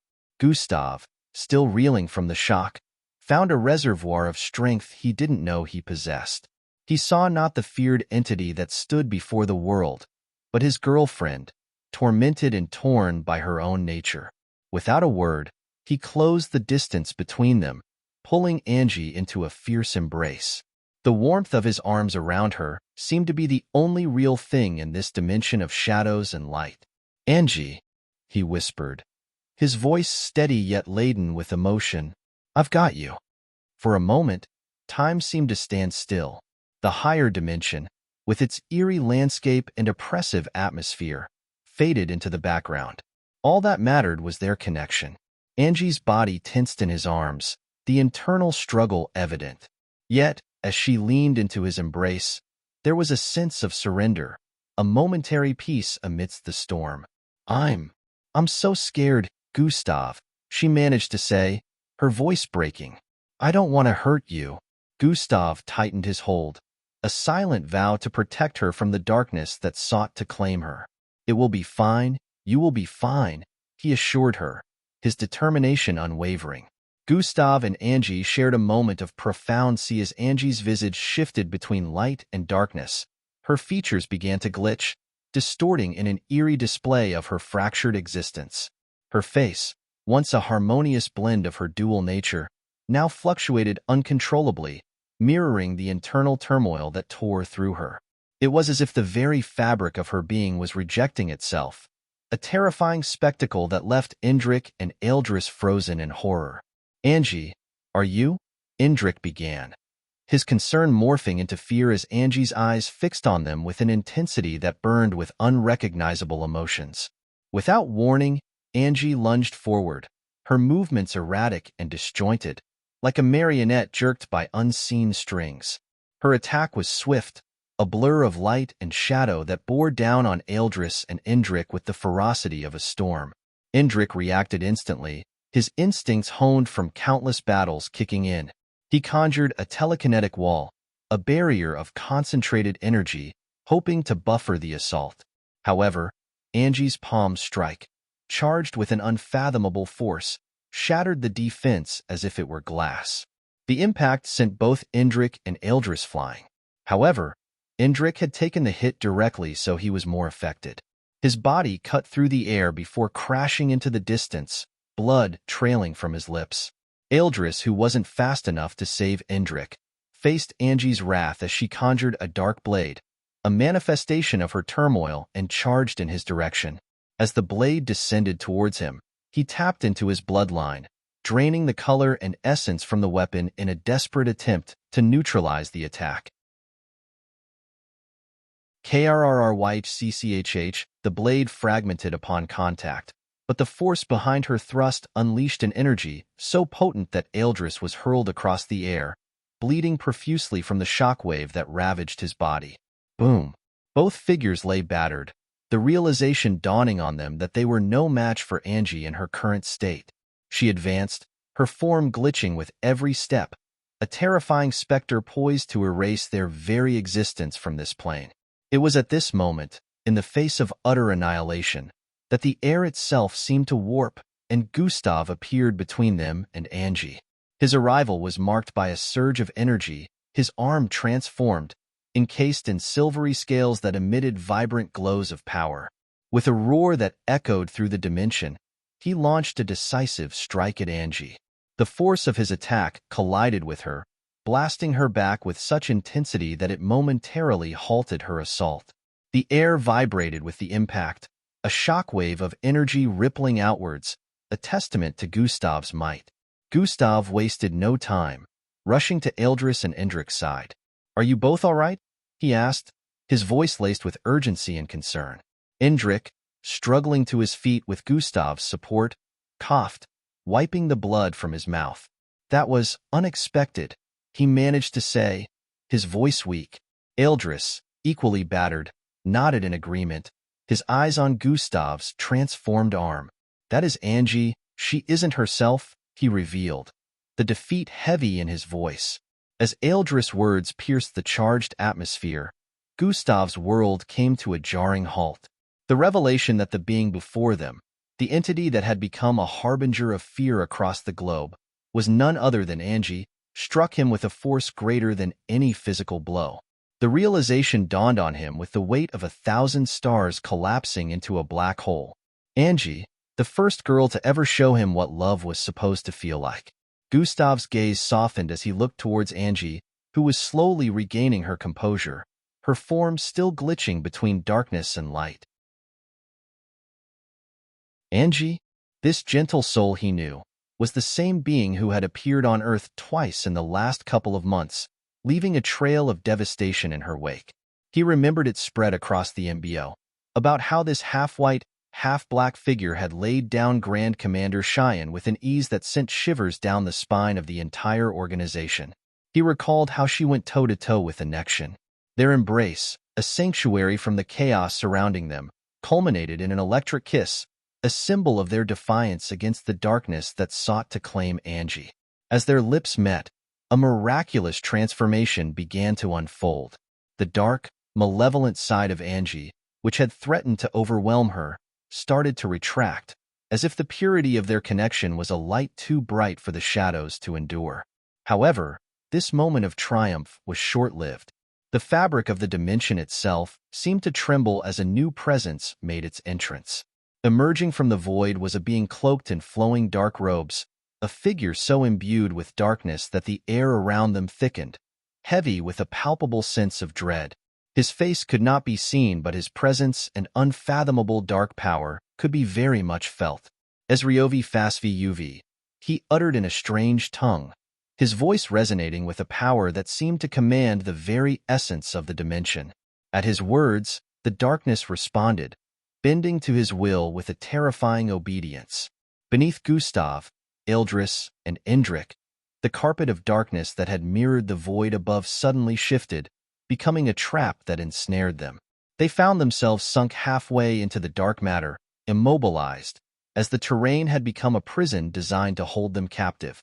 In the midst of this turmoil, Angie's demeanor shifted dramatically. The struggle and emotion that had just moments ago played across her face vanished, replaced by a listless, vacant expression. With a heart-wrenching detachment, she pulled away from Gustav's embrace and took her place beside the dark-robed being, as if drawn by an unseen force beyond her control. Gustav, Eldris, and Endrick struggled against their bonds, their efforts futile as they found themselves unable to move or even channel their bloodline powers.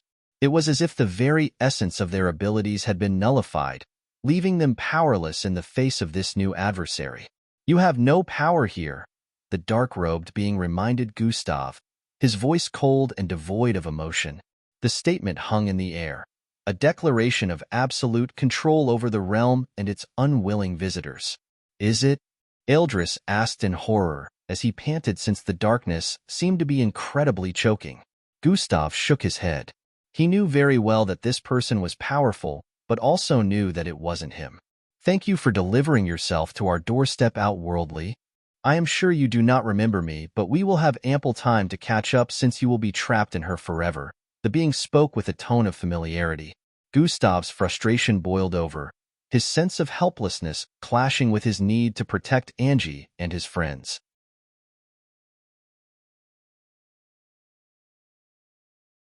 Chapter 1275.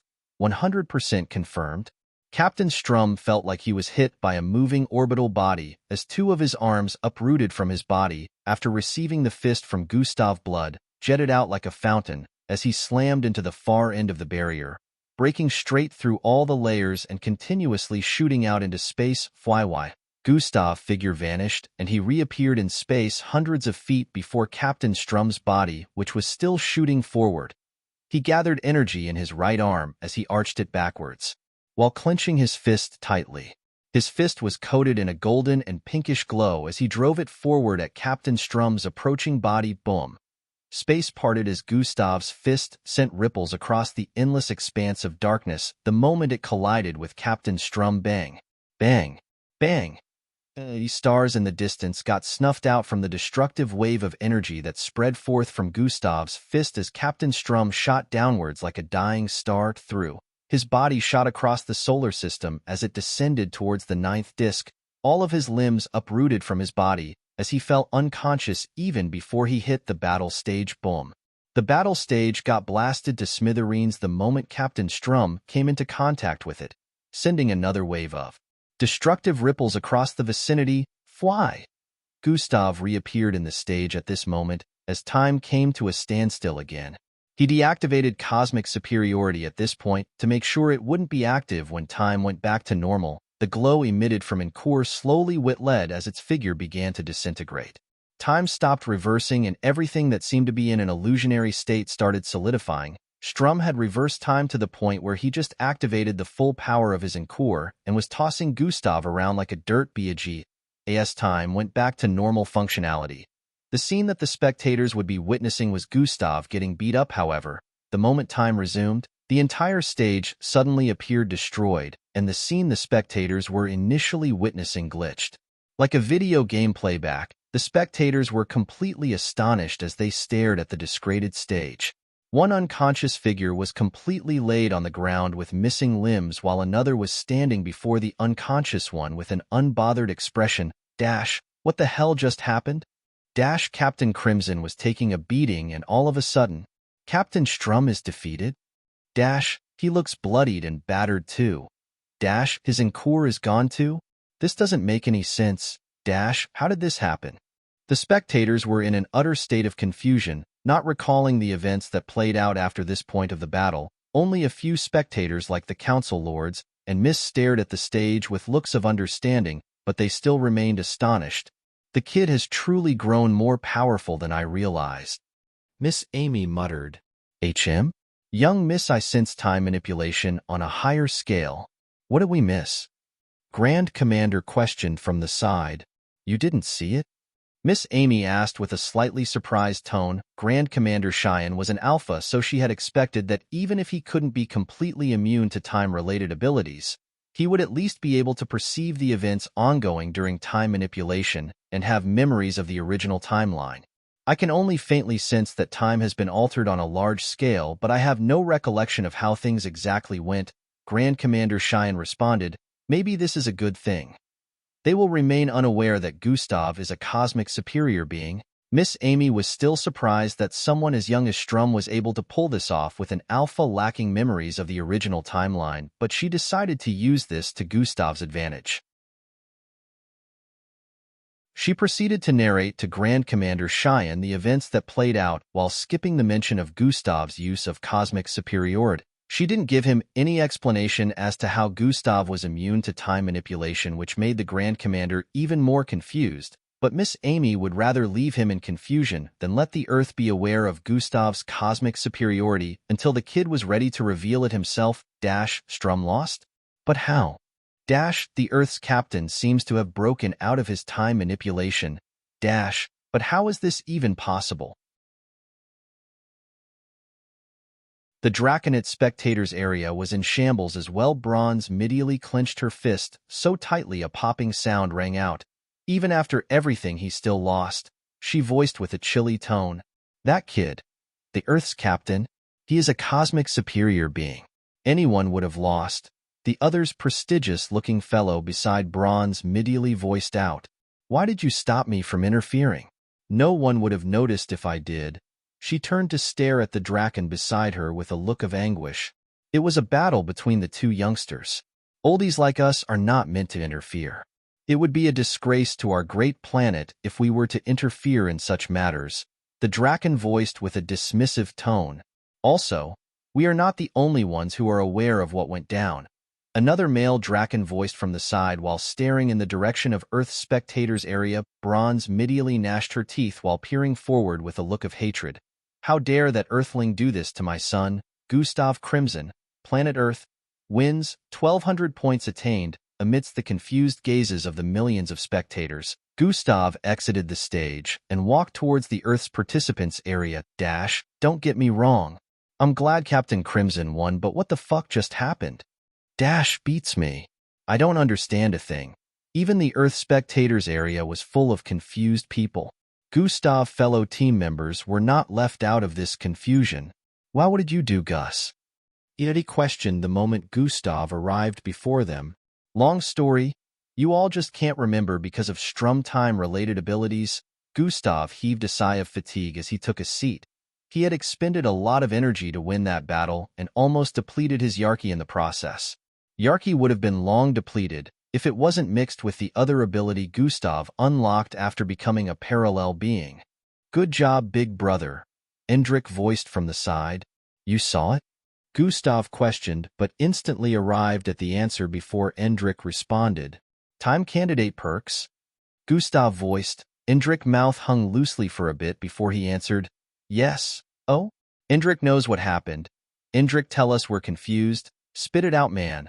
The group quickly clustered around Endrick, who eventually decided to give them a brief analysis of what happened while leaving a lot of parts out. The versus battle challenge continued while the spectators still couldn't get Gustav and Strum's battle out of their heads and kept trying to find answers as to what happened. Big brother, I noticed something. Endrick approached Gustav. What is it? Gustav questioned. They witnessed it too, Endrick answered. By they, do you mean? Gustav glanced at Endrick with an expression of concern. Endrick nodded in response despite the fact that Gustav didn't complete his question.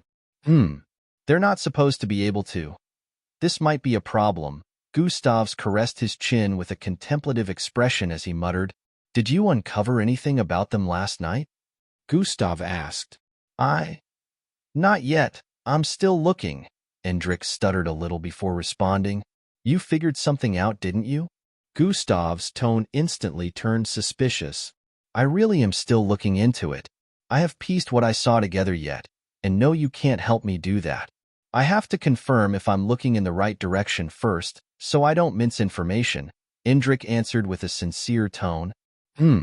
All right, do let me know when you figured it out, Gustav stated while turning to stare in the direction of Indulus Prime participants. Indulus Prime participants stood together in place with their pitch-black eyes on display as usual. Their expression remained unknown due to the wraps of bandage-like clothing covering the entirety of their figures. 100% confirmed, one of them voiced out. It was just as I suspected, Captain Iron voiced with a tone of anticipation. We have finally uncovered the outworldly. While they exchanged a few words over there, Endrick stood in place with a disturbed expression on his face as his forehead glowed with green light. You told me everything was okay. How could this be? Endrick yelled internally.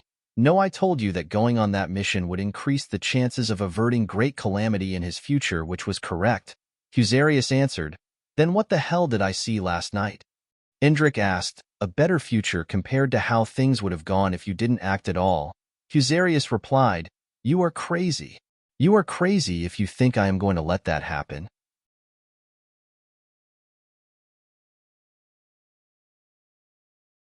Chapter 1476 These beautiful things do not unlock as their spacecraft sliced through the velvet expanse of space, leaving behind the tumultuous events that had unfolded at the center of the universe. A quiet realization dawned upon Gustav and the others. The spacecraft's onboard calendar and time system, which had been synchronized with the standard galactic chronometer, revealed a startling discrepancy. The hours they had perceived to have spent navigating the chaotic other plane and confronting the mysteries of the center were, in reality, 3 weeks in the external universe. This revelation hung heavily in the air. It also bore grave implications. If someone from the Alliance sent a thief and he had been waiting for us there for that long, it means that the Alliance most likely knows where we are, Gustav voiced in realization. The realization that their adversaries had been granted such an advantage cast a shadow of caution over their journey. They understood that their movements henceforth would be scrutinized, fraught with the danger of confrontation with forces gathered specifically to thwart them. Falco furrowed his brows in confusion at the mention of the Alliance and the apparent bounty on Gustav's head. "Just what happened while I was away?" he asked, his voice laced with a mixture of curiosity and concern. The time spent in the other plane, which amounted to a year over here, had wrought significant changes. Changes he was now struggling to comprehend. Gustav, sensing Falco's confusion and the need for clarity, decided it was time to shed light on the events that had transpired. About a year ago, after our return from Aesop, Gustav began with a steady voice. In the vast, uncharted expanse of space, where stars twinkled like distant beacons and planets spun silently in their celestial dance, a fleet of spacecraft cruised with purpose. Each vessel, visibly formidable, bore the marks of advanced technology and untold power. The flotilla moved as one, a synchronized ballet of metal and might, cutting through the darkness like a blade. Within these spacecraft, the corridors hummed with the activity of beings from countless worlds. Despite their varied origins and the diversity of their appearances, from the tall, willowy figures with skin like the night sky to the rugged, stone-like creatures whose eyes glowed with inner fire, all were united under a common banner. They were clad in uniform outfits of silver, gray, and blue, the colors merging and shifting with a subtlety that spoke of high craftsmanship. Emblazoned on their chests was an emblem of profound significance. A hand cradling a universe, its spiral galaxies and nebulae nestled securely in the palm, a symbol of their oath to protect and serve the vast cosmos they called home. These were fleets from the Alliance Corps. Amidst the soft hum of the ship's engines and the quiet chatter of its crew, one of the commanders, a figure of imposing stature with skin that shimmered like the surface of a star, stepped forward. Her eyes, piercing and clear, reflected the depths of space itself. She approached the communication panel with a sense of urgency, her fingers dancing across the holographic interface to activate the general comms link, connecting her to every ship in the fleet. "Attention all units. Whatever this is, it's going to destroy everything." Falco nodded, his expression grim. "There's no point in staying here, and there is nothing to save. We have to leave, immediately." The urgency of the situation left no room for debate. They gathered closer, preparing to escape the dying world. Gustav grabbed Eldris, while Falco grabbed Rhea. Violently pushing upwards with their legs, they cut through the air with immense speed, disappearing into the orbit. In a few moments, they appeared in outer space, floating before the charred and desiccated planet. Indrik appeared beside them as they turned around to give the planet a lingering stare. The planet convulsed in its final moments. The dark mist surged with renewed vigor, enveloping everything in its path. The trembling of the ground reached a crescendo. They witnessed the planet's disintegration. From a safe distance, they watched as the world that had been their link to an otherwise disappointing rescue crumbled into ash. The planet's final moments were both horrific and mesmerizing. As the last remnants of the planet vanished into the void, a heavy silence fell over the group. The loss of an entire world, even one as desolate and forsaken as this, was a sobering reminder of the strength of the forces they were messing with. Just on the cusp of leaving the orbit, at the very edge of the center of the universe, an event unfolded that defied all logic and reason. A phenomenon so surreal that it momentarily stilled the chaos of their thoughts and the ache in their hearts. Before their disbelieving eyes, the planet they had witnessed disintegrate into nothingness, consumed by a dark mist that heralded its doom, reappeared as if reborn from the ashes of its destruction. It was as though the universe itself had hit a reset button, presenting the planet in its original state, untouched by the cataclysmic forces that had ravaged its surface. The rifts that had torn the fabric of reality, the dark mist that had spread like a plague, all were gone, erased from existence. The group stood in stunned silence, their minds grappling with the impossible reality unfolding before them. The planet, with its desiccated landscapes and remnants of ancient civilizations, was exactly as they had found it upon their arrival, barren, yet whole. How? How is this possible? Eldris murmured in astonishment. I don't understand, Rhea added, his eyes wide with disbelief. We saw it. It was gone. Falco scanned the horizon, his gaze piercing the void where the planet had vanished and reappeared. The rifts are gone. There is no sign of my father's influence as well, he stated, his tone reflective. As they pondered the unfathomable resurrection of the planet, a strange twist of fate revealed itself.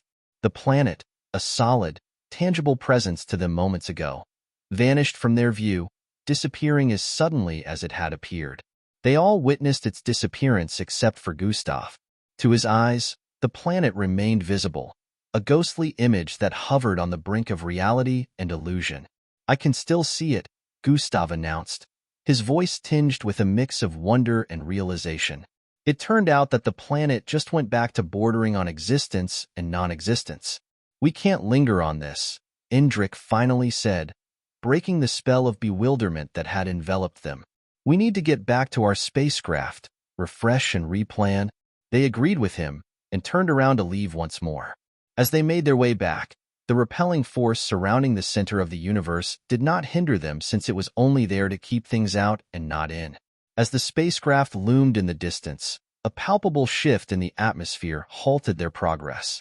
The surroundings trembled, not with the seismic activities of a planet, but with the presence of a force that seemed to distort the very fabric of space around them.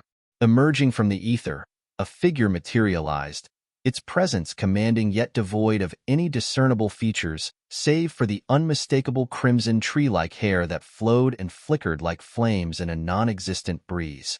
This being, faceless and imposing, exuded a power that felt ancient and unfathomable, its eyes non-existent yet undeniably fixed upon them. Gustav, already burdened by the emotional weight of recent occurrences, felt a surge of irritation at this new challenge. His patience frayed, and his voice carried a dangerous edge as he addressed Epheve. We've been through enough. Leave us in peace, or I'll destroy you, he threatened, his tone leaving no room for negotiation. The faceless being, undeterred by Gustav's words, responded not with speech but with action. With a deliberate charge, it unleashed an energy so potent it rippled across the vast expanse of outer space, distorting the light of distant stars and sending a wave of foreboding through their minds. Falco unexpectedly stepped forward with unfathomable speed. With a swift motion, he launched himself at the faceless adversary, his fist imbued with the power of darkness so profound it caused the universe itself to swirl in response. The collision of forces was cataclysmic, a spectacle of power that reverberated through the cosmos. The impact sent the faceless being hurtling through space, its form streaking across the void like a comet gone awry. It ripped through the fabric of multiple stars, causing cracks in space as it streaked through galaxies while its form slowly broke apart, leaving a trail of cosmic destruction in its wake. The force of Falco's punch was so incredibly unbelievable, it seemed like a different person was standing before Gustav. The group stared at him in awe as they witnessed the aftermath. Falco, turning back to face Gustav, offered a nod of reassurance, his expression unreadable yet conveying a sense of unwavering resolve. Let's go, he suggested. Yeah, you're gonna need to explain what the hell that was, Rhea voiced in adoration. Falco nodded once more as they resumed their path to the spacecraft.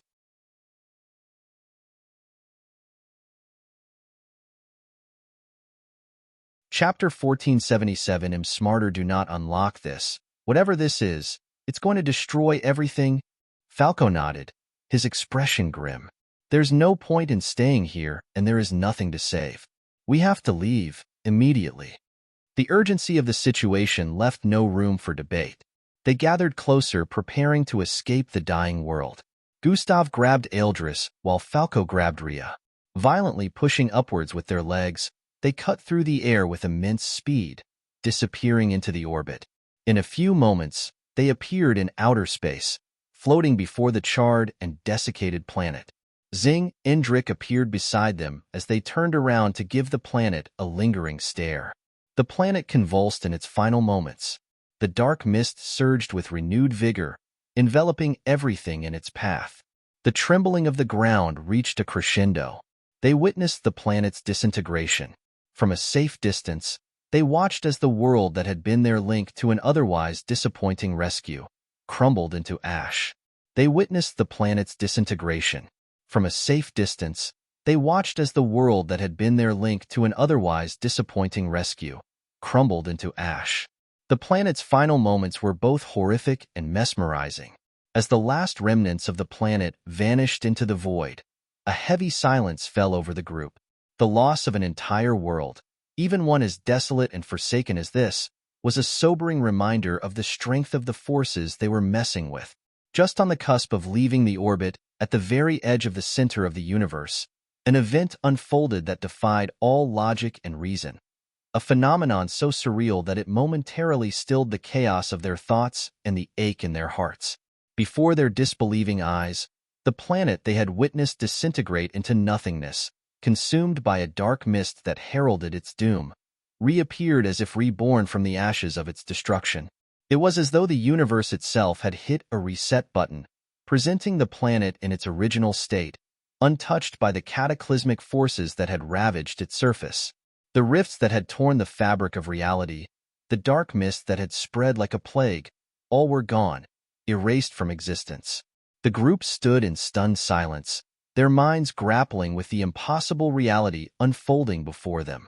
The planet, with its desiccated landscapes and remnants of ancient civilizations, was exactly as they had found it upon their arrival, barren, yet whole. How? How is this possible? Eldris murmured in astonishment. I don't understand, Rhea added, his eyes wide with disbelief. We saw it. It was gone.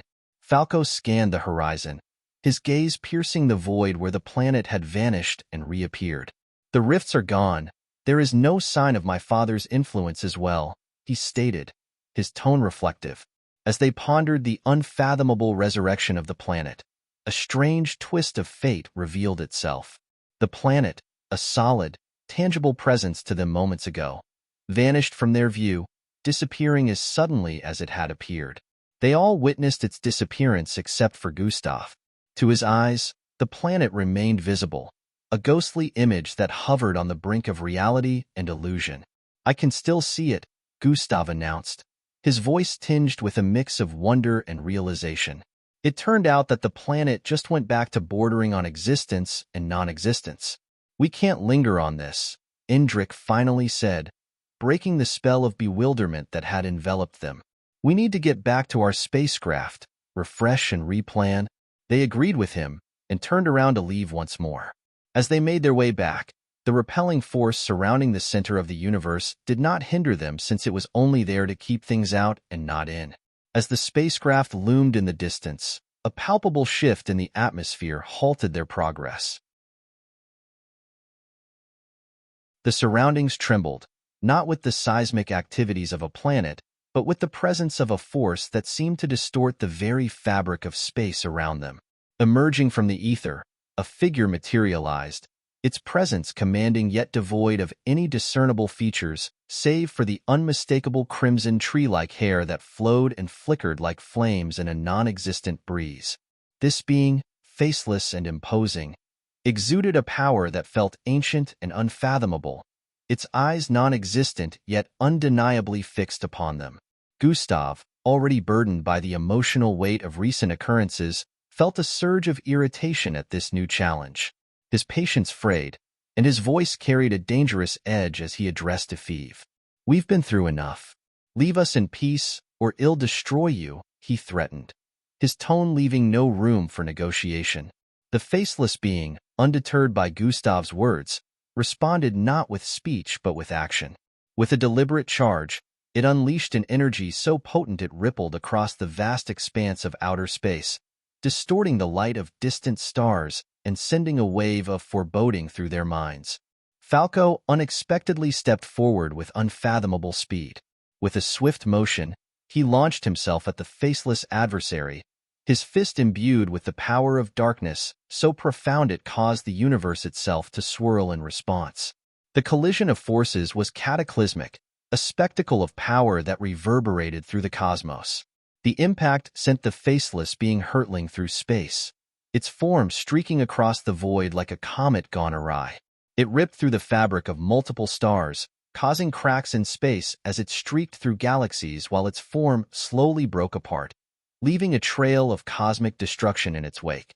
The force of Falco's punch was so incredibly unbelievable, it seemed like a different person was standing before Gustav. The group stared at him in awe as they witnessed the aftermath.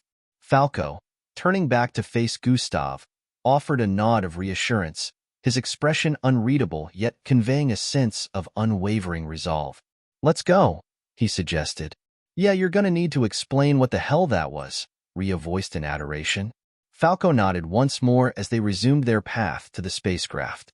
As their spacecraft sliced through the velvet expanse of space, leaving behind the tumultuous events that had unfolded at the center of the universe, a quiet realization dawned upon Gustav and the others.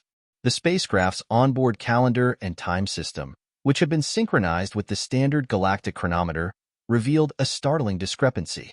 The hours they had perceived to have spent navigating the chaotic other plane and confronting the mysteries of the center were, in reality, 3 weeks in the external universe. This revelation hung heavily in the air. It also bore grave implications.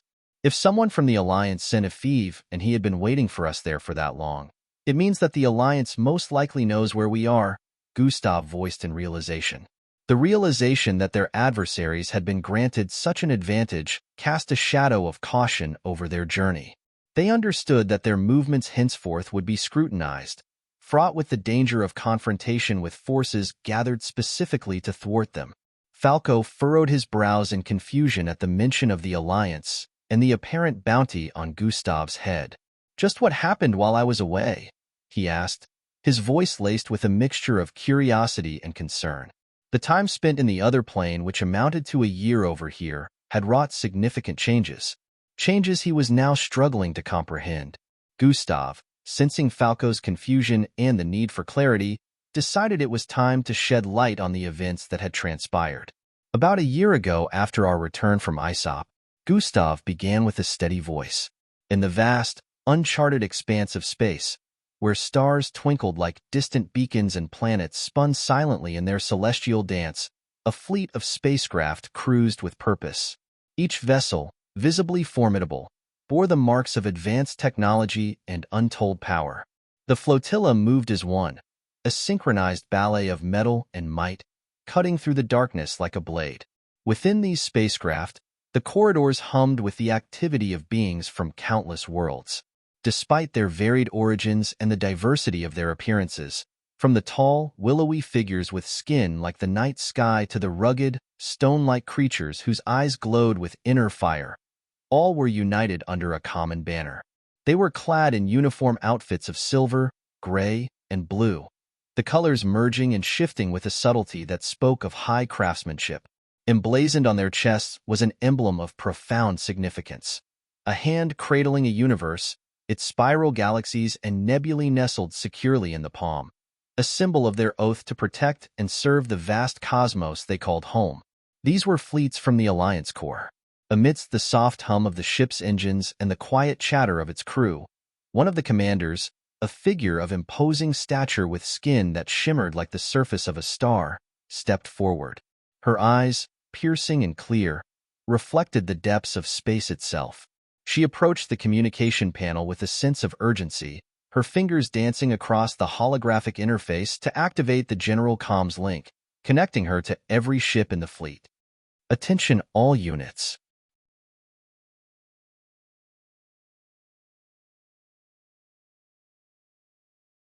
Chapter 1478, The Patent Do Not Unlock. We've successfully steered the evildoers away from our God. They were led astray by the illusion, just as planned." At the mention of this news, a wave of jubilation swept through the crew.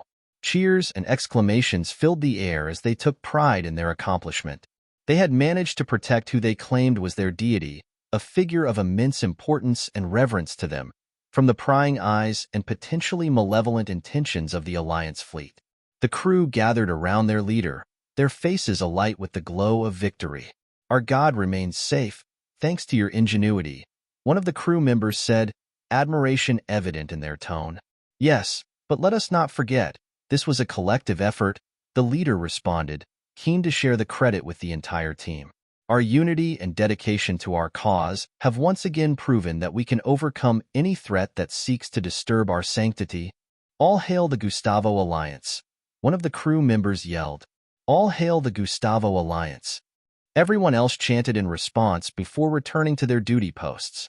The leader, still basking in the aftermath of their successful deception, was momentarily interrupted by the sharp chirp of an incoming transmission. The device on his wrist, a band of technology far advanced, flickered to life, casting a soft glow on his features. He tapped the device, accepting the transmission with a practiced motion, his expression shifting to one of anticipation. The holographic display projected in front of him buzzed into clarity, revealing the face of another crew member, stationed thousands of light-years away on a distant mission. The visible background suggested they were aboard another vessel, one equally equipped for the tasks at hand. "Esovuna," the distant crew member began, his voice crackling slightly over the connection. "I bring news from the front lines." The leader leaned forward, his interest piqued. "Go on," he encouraged, sensing the importance of the message. "We've successfully taken control of Tevelin Planet in the name of Gustav," the crew member reported, a triumphant smile breaking across his face. "Their defenses were no match for our strategy and power. The planet and its resources are now at our disposal, ready to support our cause." Upon hearing this news, a wave of jubilation similar to the earlier celebration washed over the leader. His eyes sparkled with delight, and a broad smile stretched across his face. "Excellent work," he exclaimed, his voice resonating with pride and satisfaction. "This is a significant victory for our cause. With this, our Lord Gustav will have it easier when completing his mission to free the universe of life." In the silent, star-strewn expanse of space, Gustav and the others journeyed onwards, their spacecraft cutting a solitary path through the stars. Unbeknownst of what had happened with one of the Alliance commanders, Gustav guided their vessel with the precision of one well-versed in the intricacies of space travel. Meanwhile, the Eldris and Rhea gathered around Falco, their curiosity piqued about his time in the other plane, a realm that remained shrouded in mystery and intrigue. Falco's gaze looked distant, as if he was peering through the veil of his memories. He began to unravel his tale. "I was unconscious for most of it," he admitted, his voice tinged with a hint of solemnity. "It felt like a lifetime, an endless drift in the void. I was in the process of transitioning since I was to accept my heritage and become a full-fledged being of darkness like my father.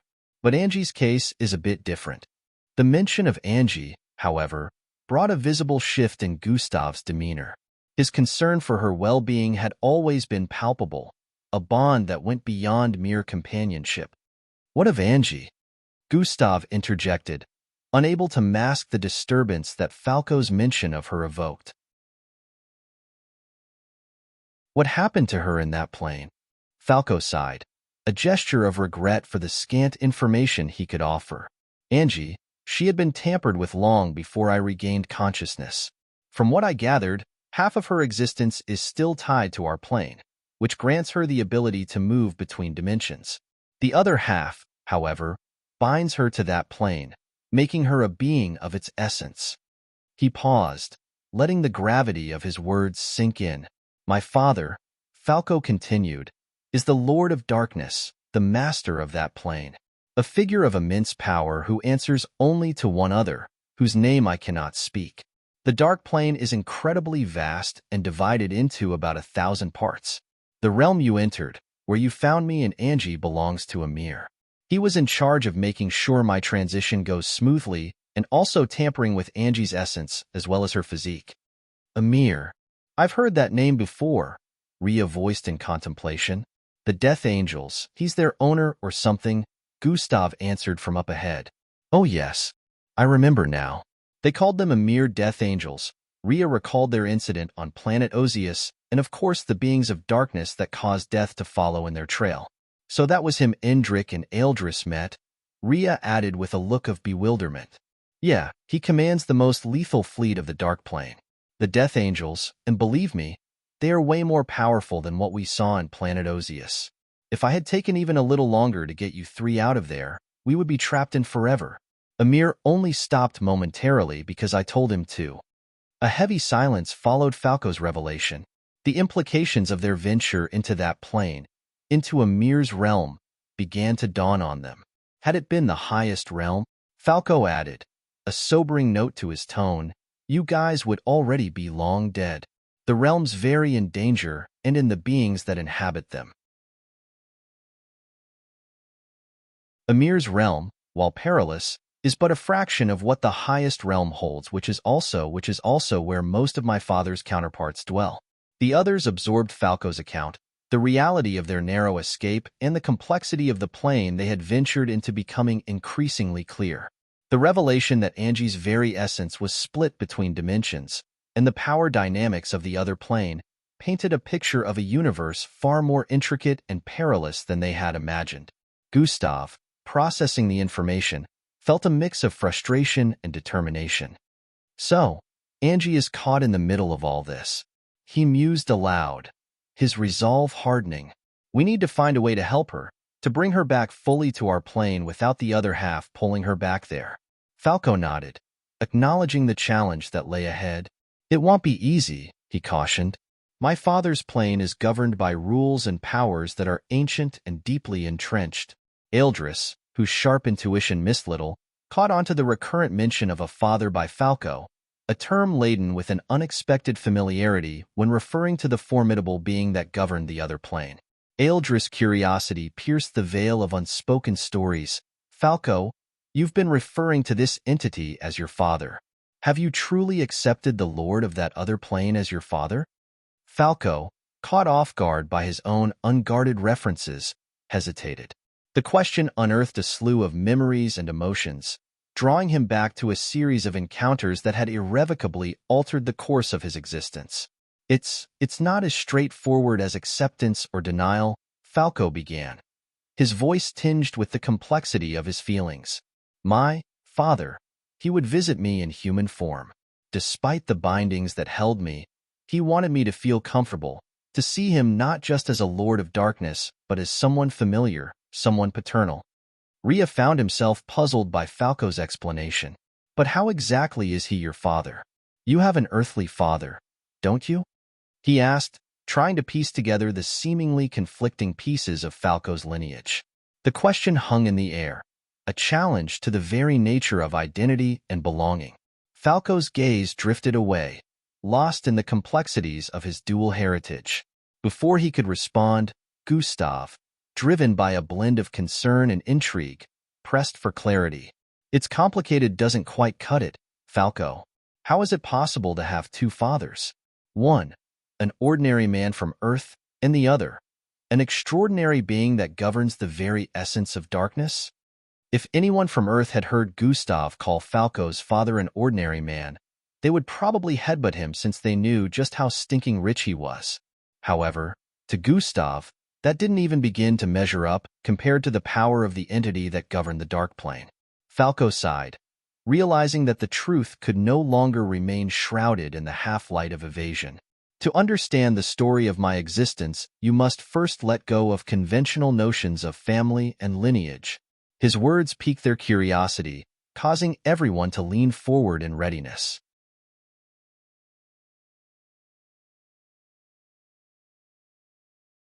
Chapter 1479 Woes of Imbalance, Attention, All Units, she began, her voice resonating through the comms, commanding yet imbued with a sense of shared purpose.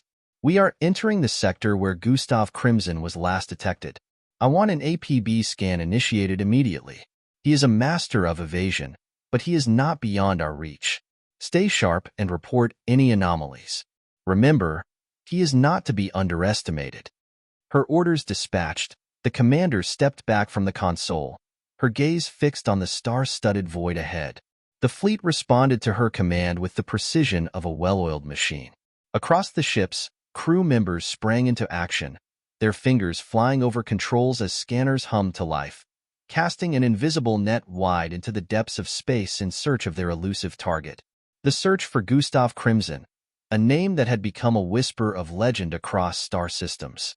Each ship, a beacon of their unwavering commitment, sailed through the darkness, united in their pursuit. Their scan net was connected and well-boosted due to the vast resources of the Alliance, so even if a spacecraft was a light year away, they would be able to detect it. They soon detected a spacecraft that seemed similar to the structure of the one they were informed about. However, it seemed really distant. As the fleet, under the command of the determined and formidable commander, made its way through the star-dotted blackness of space towards the oddly shaped spacecraft detected 7 light-years away, the air was thick with anticipation and readiness for battle. Adjust course. Set bearings to intercept the target, the commander instructed, her voice echoing authoritatively through the ship's intercoms. Her gaze was fixed on the main view screen, where the solitary blip representing the spacecraft began to grow larger as they approached. The spacecraft was also moving speedily, but it was no match for the Alliance core fleets. They could use hyperjump a number of times to boost their speed and wouldn't run out. As the fleet neared the location, every member aboard the vessel stood ready, activating their abilities and arming themselves with weaponry. The silence was almost tangible, a prelude to the storm they anticipated would soon break. Suddenly, the calm was shattered. "Commander, the radar is picking up anomalies," reported a sensor technician, confusion lacing his voice. "The target, it's multiplying." The commander frowned, stepping closer to the radar display. In moments, what had been a single entity on their screens began to duplicate, first into 2, then into 20, and soon after, into thousands of distinct signals. The fleet, poised for a singular confrontation, now faced a legion of spacecraft, a development that defied logic and experience. "What in the cosmos is happening?" murmured one of the officers, his voice a mixture of disbelief and concern. The commander, her mind racing through possibilities, maintained her composure. "All ships, prepare for evasive maneuvers. Defensive formations now," she commanded, her voice cutting through the confusion like a blade. "And someone give me an analysis of what we're dealing with." The fleet were only about 20 in number. Having to face thousands of spacecraft was no simple feat. It would be impossible to come out unscathed, if they came out at all. As the fleet scrambled to respond to the sudden multiplication of the target, theories abounded. "Could be a cloaking device, or some sort of holographic projection," suggested one of the tactical officers, trying to make sense of the phenomenon. "Or a trap," added another, the word hanging ominously in the air. As they closed in, the thousands of signals began to move with an uncanny synchronization, swirling around the fleet in a mesmerizing dance that seemed almost alive. The beauty of the display, however, did little to mask the growing concern among the crew.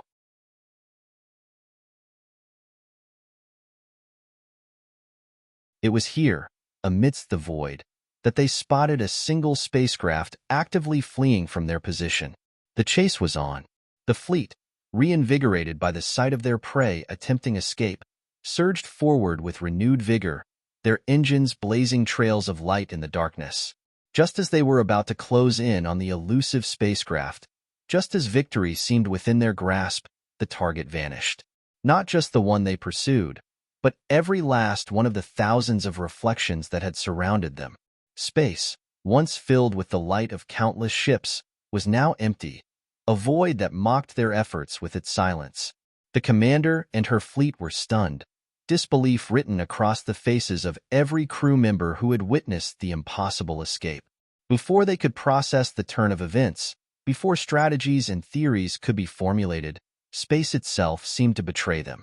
A suction force, powerful and irresistible, pulled at the fleet, drawing them forward into an uncontrollable swirl. The ships, caught in the grip of this unseen Malik, began to spin, their formations breaking. No matter how much they tried to steer away, the fleet continued to stir. Amidst the chaos, a massive holographic projection appeared in space, a visage so familiar it sent a ripple of shock through the fleet. It looked like an image of Gustav, towering over them with a presence that was both awe-inspiring and terrifying. His voice, amplified to match his colossal projection, filled the void. "You thought you could catch me," he began, a hint of amusement in his tone. "I was always one step ahead. This," he gestured to the space around them, "the trap they had unwittingly sprung, was my design. A simple trick, and yet you fell for it." His laughter, deep and resonating, echoed across the stars, a sound that would haunt the Alliance fleet for cycles to come. "The Alliance will never be able to catch me," he declared, his voice carrying the weight of his conviction. "You are playing a game you cannot win." With that, the massive holographic display vanished, leaving the fleet spinning in the aftermath of the suction force. The commander, her crew, and the entire squadron were left in a state of turmoil, both physically from the swirling trap they had yet to escape, and mentally from the realization of their failure.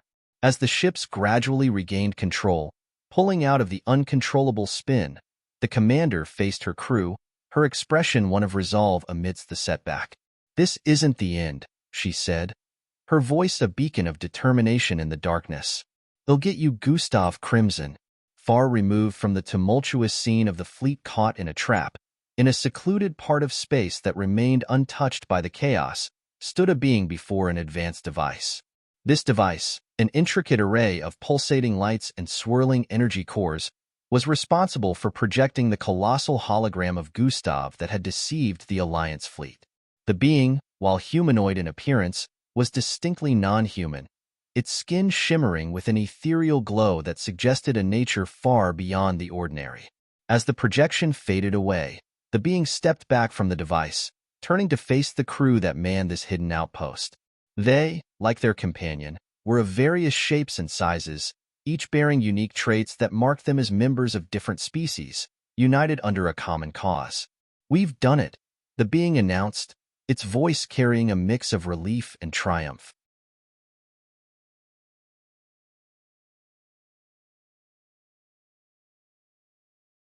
Chapter 1480 Slay It. Every being there oozed indescribable power that was beyond the comprehension of ordinary folks. At the top of the circular structured stacks, 9 out of 10 pulpits were occupied, leaving the last one empty. The beings at the top got to look down on the others that were spread across the ethereal-looking vicinity. "We don't want him killed. The bounty on him should remain the same as before." "Wanted alive," General Chell addressed the Alliance from the top of the stack. A few murmurs could be heard from the surroundings, but they couldn't refute. It was Earth's decision, and they had all decided to honor it. They continued with the meeting after a few moments. "Ikurla Arkun Kok vows it." One of the beings at the very top of the circular stack spoke in a language that no human would be able to understand. Fortunately, every being present within this structure had their translation devices equipped.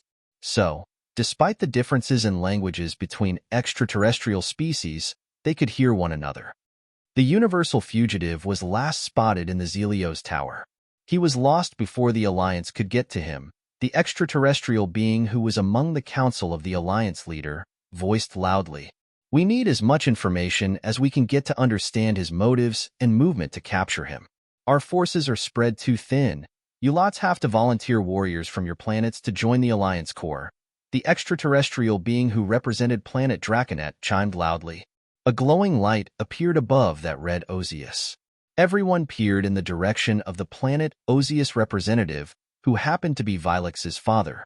It was quite the fall from grace for them because usually they'd be at the highest circular stack with the others. "Planet Osius?" one of the Alliance leaders voiced. The pulpit before Handler 3 emitted a white glow which gave him the go-ahead to speak. "The information on the universal fugitive is not up to date," he announced with a tone of certainty. "What do you mean, not up to date?" General Chell questioned with a look of concern. The other Alliance leaders were just as curious after hearing that. "The last time Gustav Crimson was spotted, not spotted." Handler 3 paused for a bit. "Gustav Crimson didn't leave the Zelios Tower alone. He left with a group that included my son." Mummers, Handler 3 went on to narrate the turn of events dating back from when the Oxus group went with Gustav in search of Seafling to when they found him and all they had to do to save their lost people. He didn't leave out the part about Gustav being the major key to victory and how they saved many other species with his help. A lot of the planetary representatives, especially the Alliance leaders, were getting restless as they listened to his narration. This was mostly because Gustav had just accomplished something that had taken them centuries of failures. Sea-Filing, who was practically impossible to locate, was found and dealt with by a child who was only a bit older than 20 years of age. Not only that, he had saved the lives of many others in the process, making the whole saga about him being a planet destroyer seem ridiculous. He was supposed to be evil, but Handler 3's exposition was putting a dent in his evil reputation, and it didn't help their objective to have him captured. Sea-Filing is dead? Another Alliance leader blurted out in disbelief. Yes, he's gone forever, and we have Gustav Crimson to thank for that. He saved the lives of billions. Not to mention recovering my people, Handler 3 answered. But he is responsible for the destruction of your planet in the first place. This must be his way of trying to make up for it. He is still guilty, another Alliance leader voiced. What if he isn't? Handler 3 didn't know when he blurted it out. 2 days later, Fwyish, a pentagon-shaped spacecraft with the Tark's emblem, drifted across space with incredible speed. The twinkling, icy glows in the distance gave that part of space a surreal beauty. It was the only source of illumination around there as dark matter spread as far as the eyes could see. A few space rocks were scattered about the place, but the spacecraft streaked forward undisturbed. The spacecraft cut a blazing white line through the space in front of it, obliterating the rocks in its path.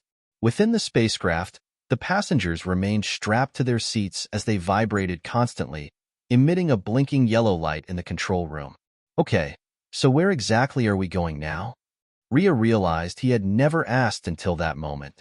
Well, did we tell you about the time we visited Zelio's tower? Indrik questioned from the side. You two visited Zelio's tower? Eldris was in disbelief while Rhea was completely clueless.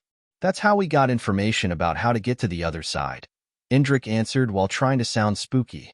I thought that place was just a legend. To think it truly exists, Eldris replied deep in thought. What is this Zelio's tower? Rhea questioned.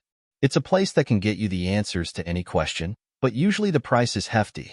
Most times, impossible to pay, Indrik explained with a solemn tone. Isn't it just cash? Rhea voiced with a clueless look. No, Eldris and Indrik stated at the same time. Chill. Rhea moved his neck backward in startlement. Eldris turned to face Indrik once more. So they told you how to get Falco and Angie back? They told us where to head and what to do after we got there to gain access to bring them back. That is where we are headed now, Indrik answered once more. Does that mean we will finally get to pay back those monsters for ruining Aesop and destroying planet Ozius? Rhea questioned with anticipation. No. Indrik shook his head. Why? This is our chance for a payback, Rhea voiced with confusion etched on his face. You don't know, do you? Indrik turned his seat around to face them. Know what? The reason Gustav doesn't want any of you two there is that the other side is a lot different from our plane. This means that the strength of creatures from there wouldn't be dampened. They will be able to use their full power, Indrik explained in a grave tone. Rhea's eyes widened in realization. That wasn't their full power? Not even close, Indrik answered. Rhea recalled the Death Angels corroding everything in existence with just their presence, being unkillable and incredibly powerful. There was an explosion at the back of his mind when he realized that they would be way more powerful on that plane. Not to mention that our strengths would have been dampened. Indrik's revelation caused Rhea to gulp saliva. Thankfully, Big Brother knows how to counter that, he added. So we're not going there to fight. Not at all. We're only going to get our friends back. If we have any luck, we won't need to face any creature from there, Indrik pointed out. How are we gonna do that? Rhea didn't see how it was possible to not encounter any being from there, because the access point will be taking us directly to the people we're searching for. It's possible we could encounter beings from that plane, but if we act quickly, it's also possible that we won't. Within the vicissitudes of space, a platform shaped like a syringe floated in place, giving off an imposing aura. From afar, it seemed very tiny, almost like it could be overlooked and missed. However, The moment one drew closer, the size underwent an unbelievable change, becoming incredibly massive and eye-catching. Lines of white light surrounded it on all corners as it radiated in such an indescribable manner. Spacecrafts flew into the perimeter and vanished as soon as they got bathed in the white lines of light it emitted. Within the heart of this structure was a sort of assembly point. The interior looked so masterfully erected that one would think they had entered a higher dimension. The surroundings were bathed in inklings of starlights, and the assembly point was structured in a circular format with smooth surfaces forming a spiral. They were like stacks upon one another, and they got smaller the higher one went. In the middle of each circular stack, stations that looked like pulpits protruded from the bottom all the way to the top. Thousands of those pulpits also represented thousands of extraterrestrial species who stood before them to represent their various planets. Planet Fixic, Planet Diaperonian, Planet Draconet, Planet Osius, Planet Hixto, Planet Diov, Planet Tronvita, Planet Oxlurk, Planet Tribtes, Planet Gundabalt, Planet Zillion, Planet Claxosape, Planet Taurin, Planet Cyrus, Planet Osiris, Planet Orion, Planet Astambid, Planet VA, Planet Roidenstack, Planet V#B, Planet Kivendale, Planet T429, and so many other that participated in ISOP were all represented there by various extraterrestrial parties.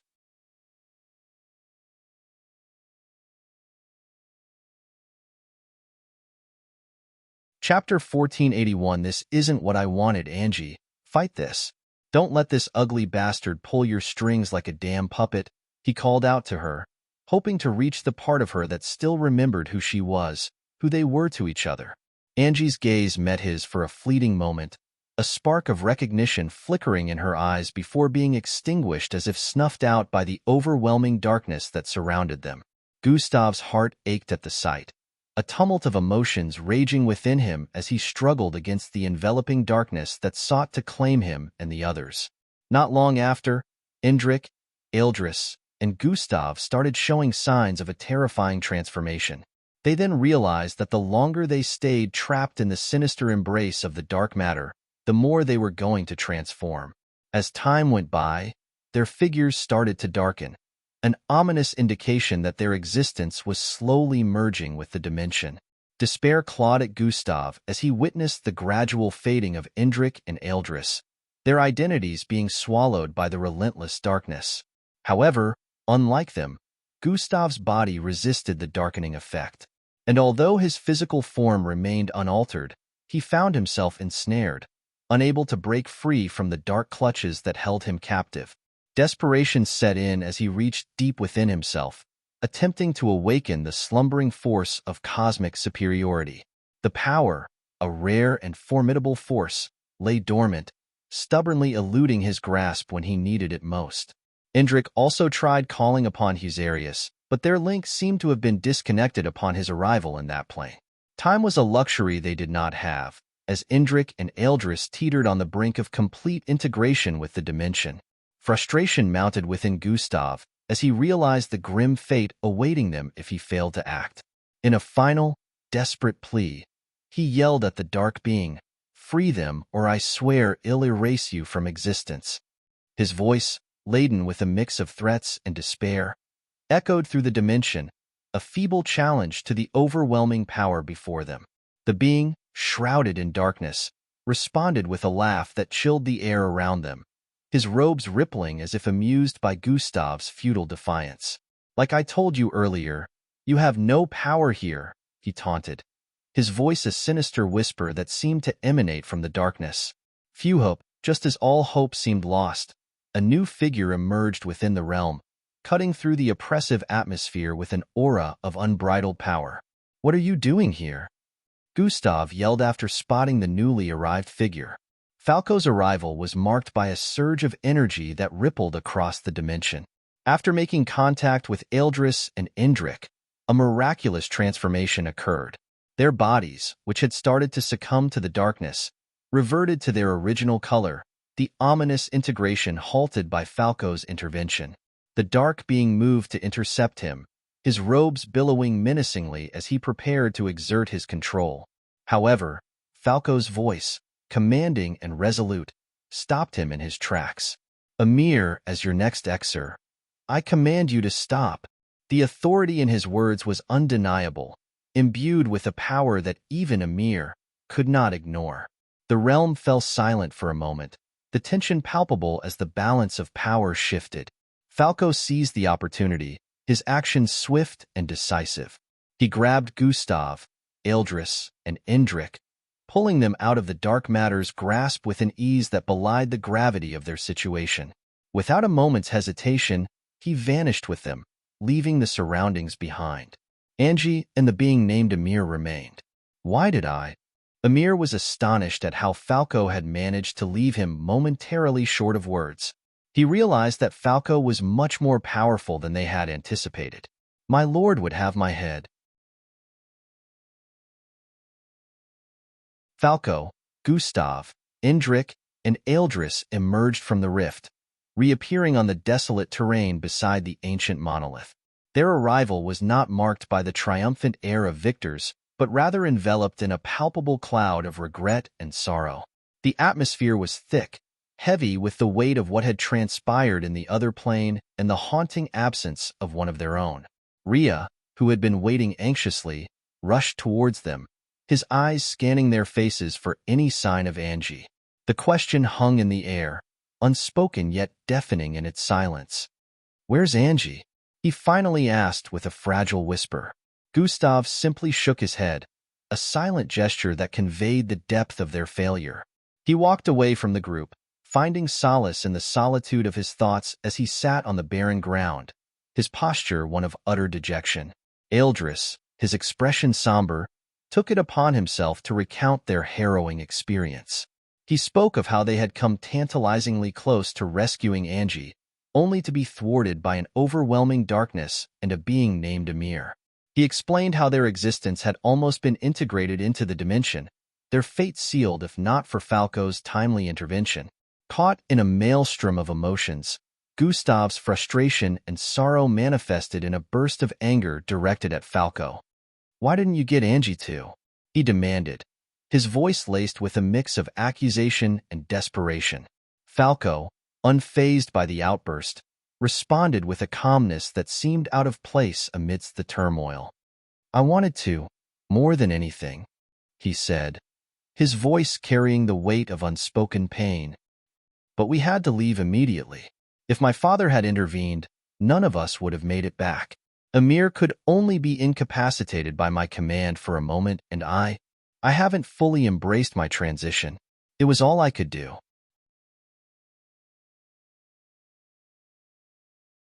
His words hung in the air, a sobering reminder of the delicate balance of power and the sacrifices made in the face of insurmountable odds.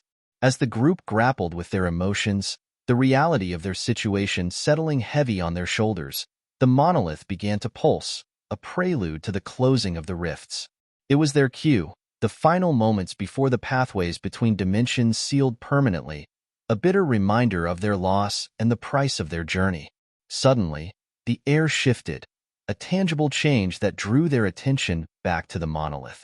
The rifts, supposed to be closing, began to ripple, pulsating with an energy that was both unfamiliar and intense. The fabric of space seemed to warp around the monolith, the boundaries between planes blurring as an unforeseen force exerted its will upon the natural order. "What's happening?" Rhea asked, his voice a mix of trepidation and awe. He stepped backwards. "I don't know, but it's not supposed to be like this," Indrik replied, his gaze fixed on the monolith, trying to decipher the cause of the anomaly. As they watched, the rifts expanded, the pulsating energy growing in intensity, threatening to engulf the monolith and everything around it. It was a spectacle that defied explanation, a phenomenon that hinted at forces beyond their understanding at play. The group stood in silence, their minds racing as they tried to comprehend the unfolding events. Something is trying to get through," Gustav voiced in realization. "But they can't, right? You said it yourself that they can't get out here." Eldris voiced in bafflement. "Yes, they shouldn't be able to, but..." Gustav's tone grew troubled. "The person on the other end is exerting a lot of power and preventing the rift from closing because they are trying to push their way through. It should be impossible to even stall it for a second, but this person must be very powerful. I'm talking power that could pretty much end galaxies with as little as a snort. Endrick voiced while gulping saliva. It has to be Father. Falco voiced in horror.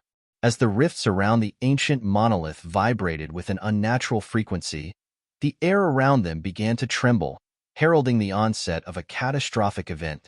From the depths of the shimmering rifts, a dark mist emerged, creeping across the barren landscape like a living entity with a malevolent will of its own. It was no ordinary fog but a harbinger of decay, an ethereal force that seemed to leach the essence of life and time from everything it touched. The desolate planet, already a stark canvas of desiccation, began to tremble under the influence of the otherworldly phenomenon. Cracks spread across the planet like spider webs, each fissure pulsing with the same eerie energy emanating from the rifts.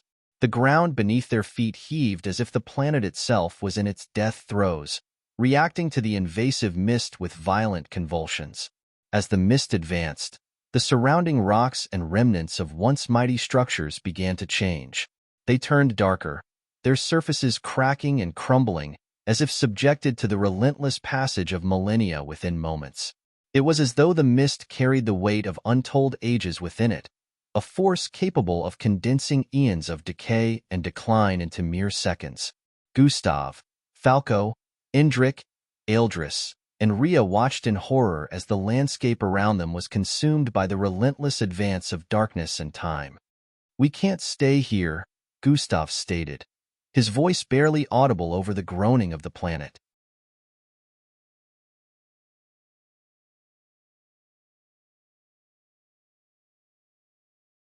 Chapter 1482 on a cycle. Do not unlock yet, good luck.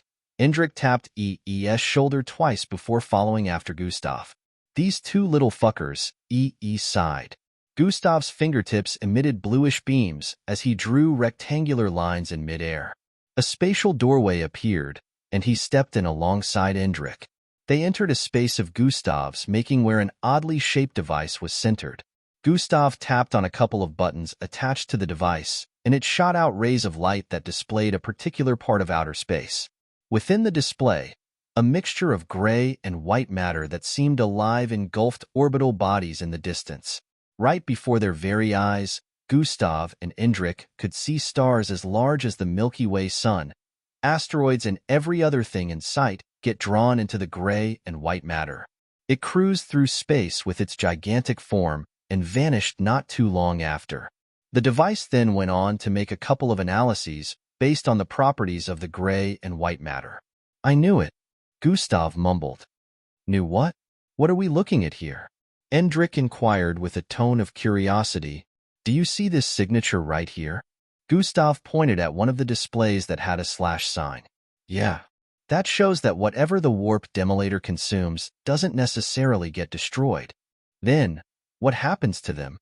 It's a spatial sign that interprets that they get transported to an entirely different location from where they were in space." "What? That's insane." "I know, right? To be able to teleport orbital masses of that size. Incredible." At that point, Gustav began to put two and two together. "You are finally getting closer to the truth," the system voiced in his mind. "You have always shunned it whenever I mentioned the destruction of planet Humbat. Does this mean their planet just got swallowed up by the warp demolator and transferred elsewhere?" You already arrived at the answer. Why still ask? Because a lot of details are still missing. The warp demolator appears randomly even though I can read its appearance now.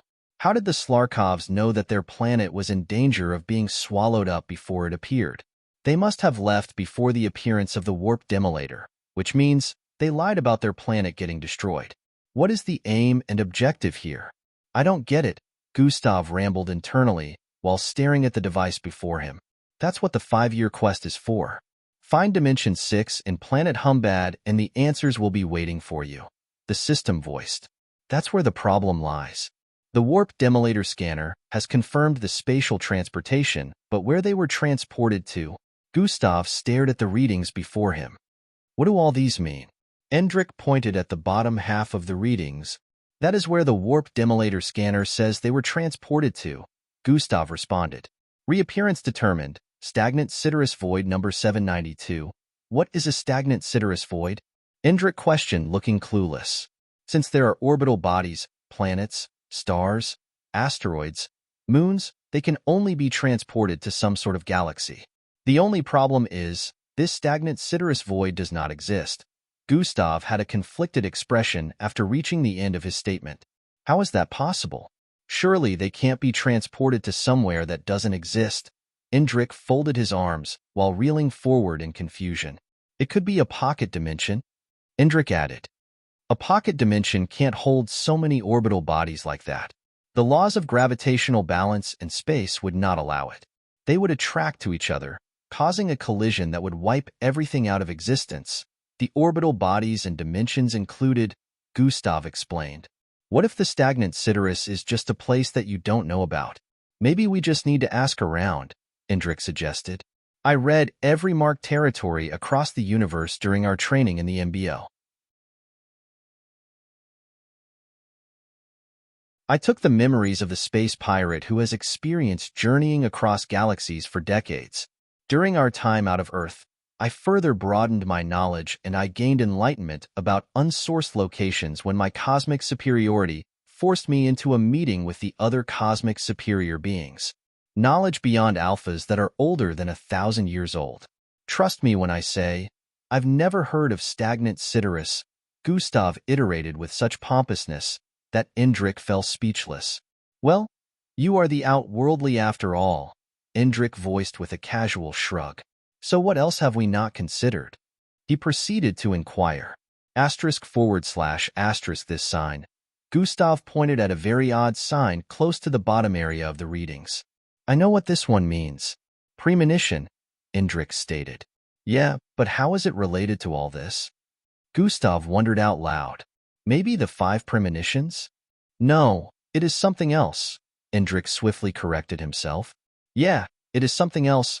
Gustav shot a thoughtful gaze at the readings before coming to a decision. Let's be ready for when next the warp demolator appears. Gustav sauntered towards the right. Why? What are you planning? Indrik questioned, but soon his eyes widened in realization. Don't tell me. The MBO tower. I don't understand this request of yours. Officer EE, Commander Xanatus voiced with a look of confusion. The Death Angel that was captured, the research center is doing all they can to crack down on it and gather more information about the other side, right? EE threw out this question. Yes, indeed that is true, Commander Xanatus replied. I am saying I can help. Remember, I was one of the few who had a personal encounter with them, EE voiced with a convincing tone. Did you suddenly figure something out? Commander Xanatus raised an eyebrow in intrigue. Yes, once I see it again in person. EE sat up and took note of Commander Xanatus' pondering expression. You know that unauthorized personnel are not allowed to head there, right? I do. It is a top-secret location even amongst MBO officers. I know. A brief silence ensued between them as Commander Xanatus peered into EE's eyes with suspicion. Tell me the true reason you want to head there, Commander Xanatus demanded. There is no. It's for him, isn't it? A smile suddenly appeared on Commander Xanatus' face. How did he? He couldn't have figured it out, right? He gulped down saliva while maintaining eye contact with Commander Xanatus in a bid to decrease suspicion. I don't know what you're. Before he could complete his sentence, Commander Xanatus cut him off. It's okay. I am an ally. I've always been. Did Gustav never tell you that we go way back? Commander Xanatus burst into a full-blown smile. East sat in place with a stunned look, unable to decide on what to say to deter the high-ranked officer before him. Commander Xanatus proceeded to pull out an image of him and Gustav receiving awards together and a few other holographic pictures of the meeting. Be careful, though. If you had gone to another officer, things could have gone really bad, he voiced. Yeah. He rubbed his head while letting out a sigh of relief. You're not very good at coming up with lies. You should learn from Gustav, Commander Xanatus pointed out. I'm not sure I want to learn that. He lightly stroked his afro with a bashful look. You should. Gustav is a master in the art of deceit. Commander Xanatus was chuckling. That is true. Hold on. Does this mean that you have been deceiving everyone like you were on their side with the allegations against Gustav all this time? E inquired. Of course. I could never truly be on their side. I owe that kid my life. Commander Zenatus bore a reminiscent look. I am secretly working behind the scenes to clear his name, but I will not bore you with the details. We all have our parts to play in this. It'll help you get into the underground research center, Commander Zenatus added while reaching out to shake E. Thank you. E received the handshake with immense gratitude. Within the fiery depths of an active volcano, where molten lava bubbled and roiled with relentless fury, a figure sat amid red bubbling liquid. The air crackled with the searing heat of the molten rock, sending waves of intense heat radiating through the cavernous chamber. The figure exuded an aura of raw power, their presence commanding reverence that prevented the surroundings from having any effect on him. Molten lava flowed around him like a river of liquid fire. The figure got repeatedly bathed by the fiery liquid, and yet his skin radiated with smoothness. His eyes were closed, almost like he was meditating in the perilous environment. Dark smoke pervaded the vicinity, which didn't bother him in the slightest. After what seemed like ages, he suddenly opened his eyes. I told you, I don't want to be bothered until he returns.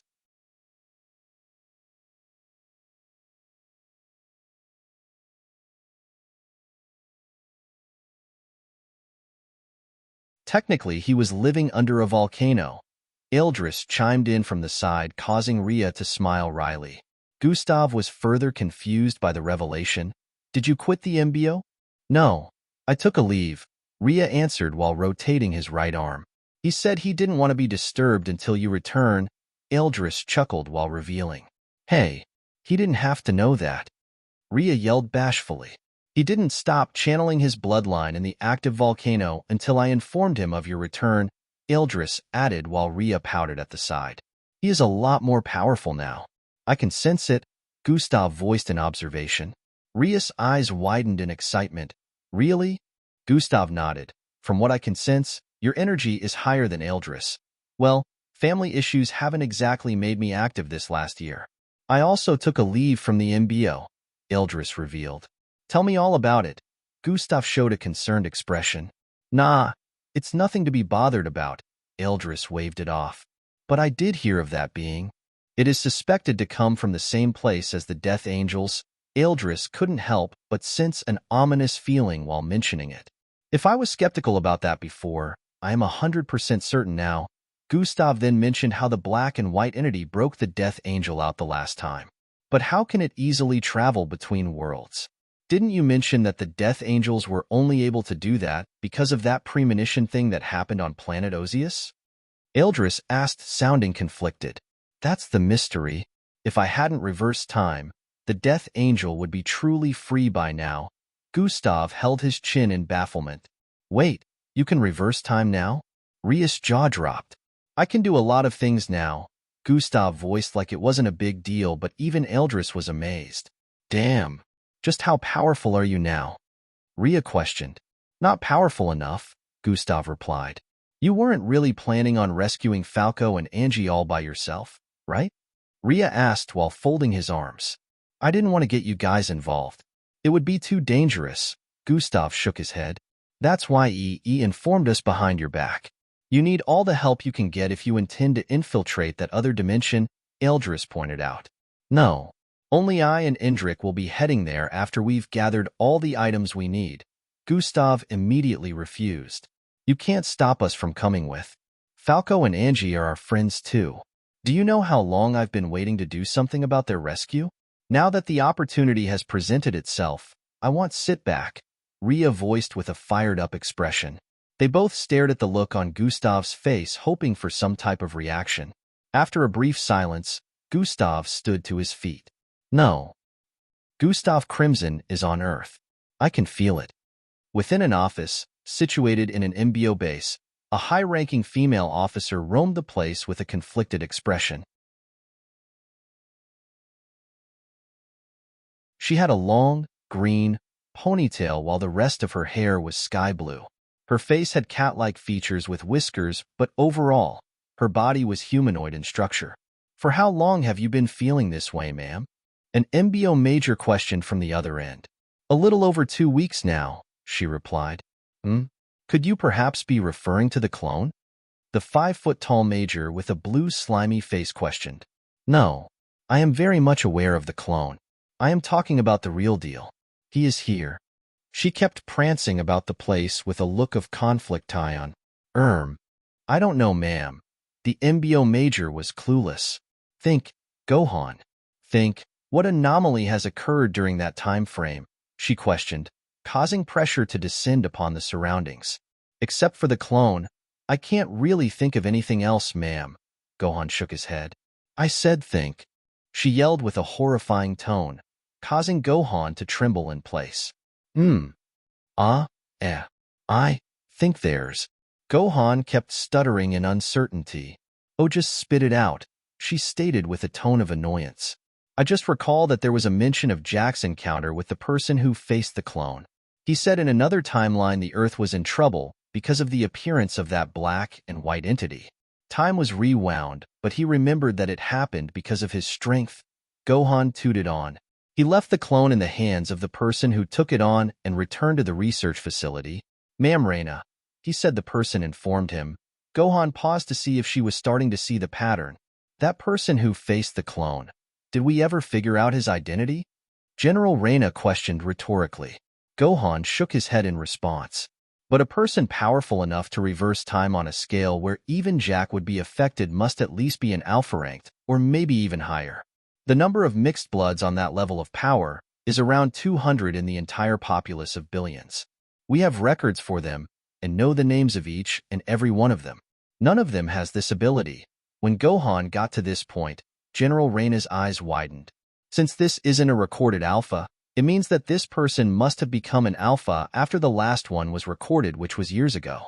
If they were on Earth when it happened or weren't in hiding, then it would be a part of the public records, but because they were in hiding, General Reina came to a pause as a sense of realization hit her. Get latest chapters on Invelbgen. C/M, the person who faced the clone was the real Gustav in disguise, Gohan stated with a tone of certainty. Now we just need proof. General Reina stopped prancing at this moment. Where would someone like Gustav Crimson hide out? You're tuning in to the Warrior Lore YouTube channel. Don't forget to subscribe and join us on this journey to catch the most captivating stories.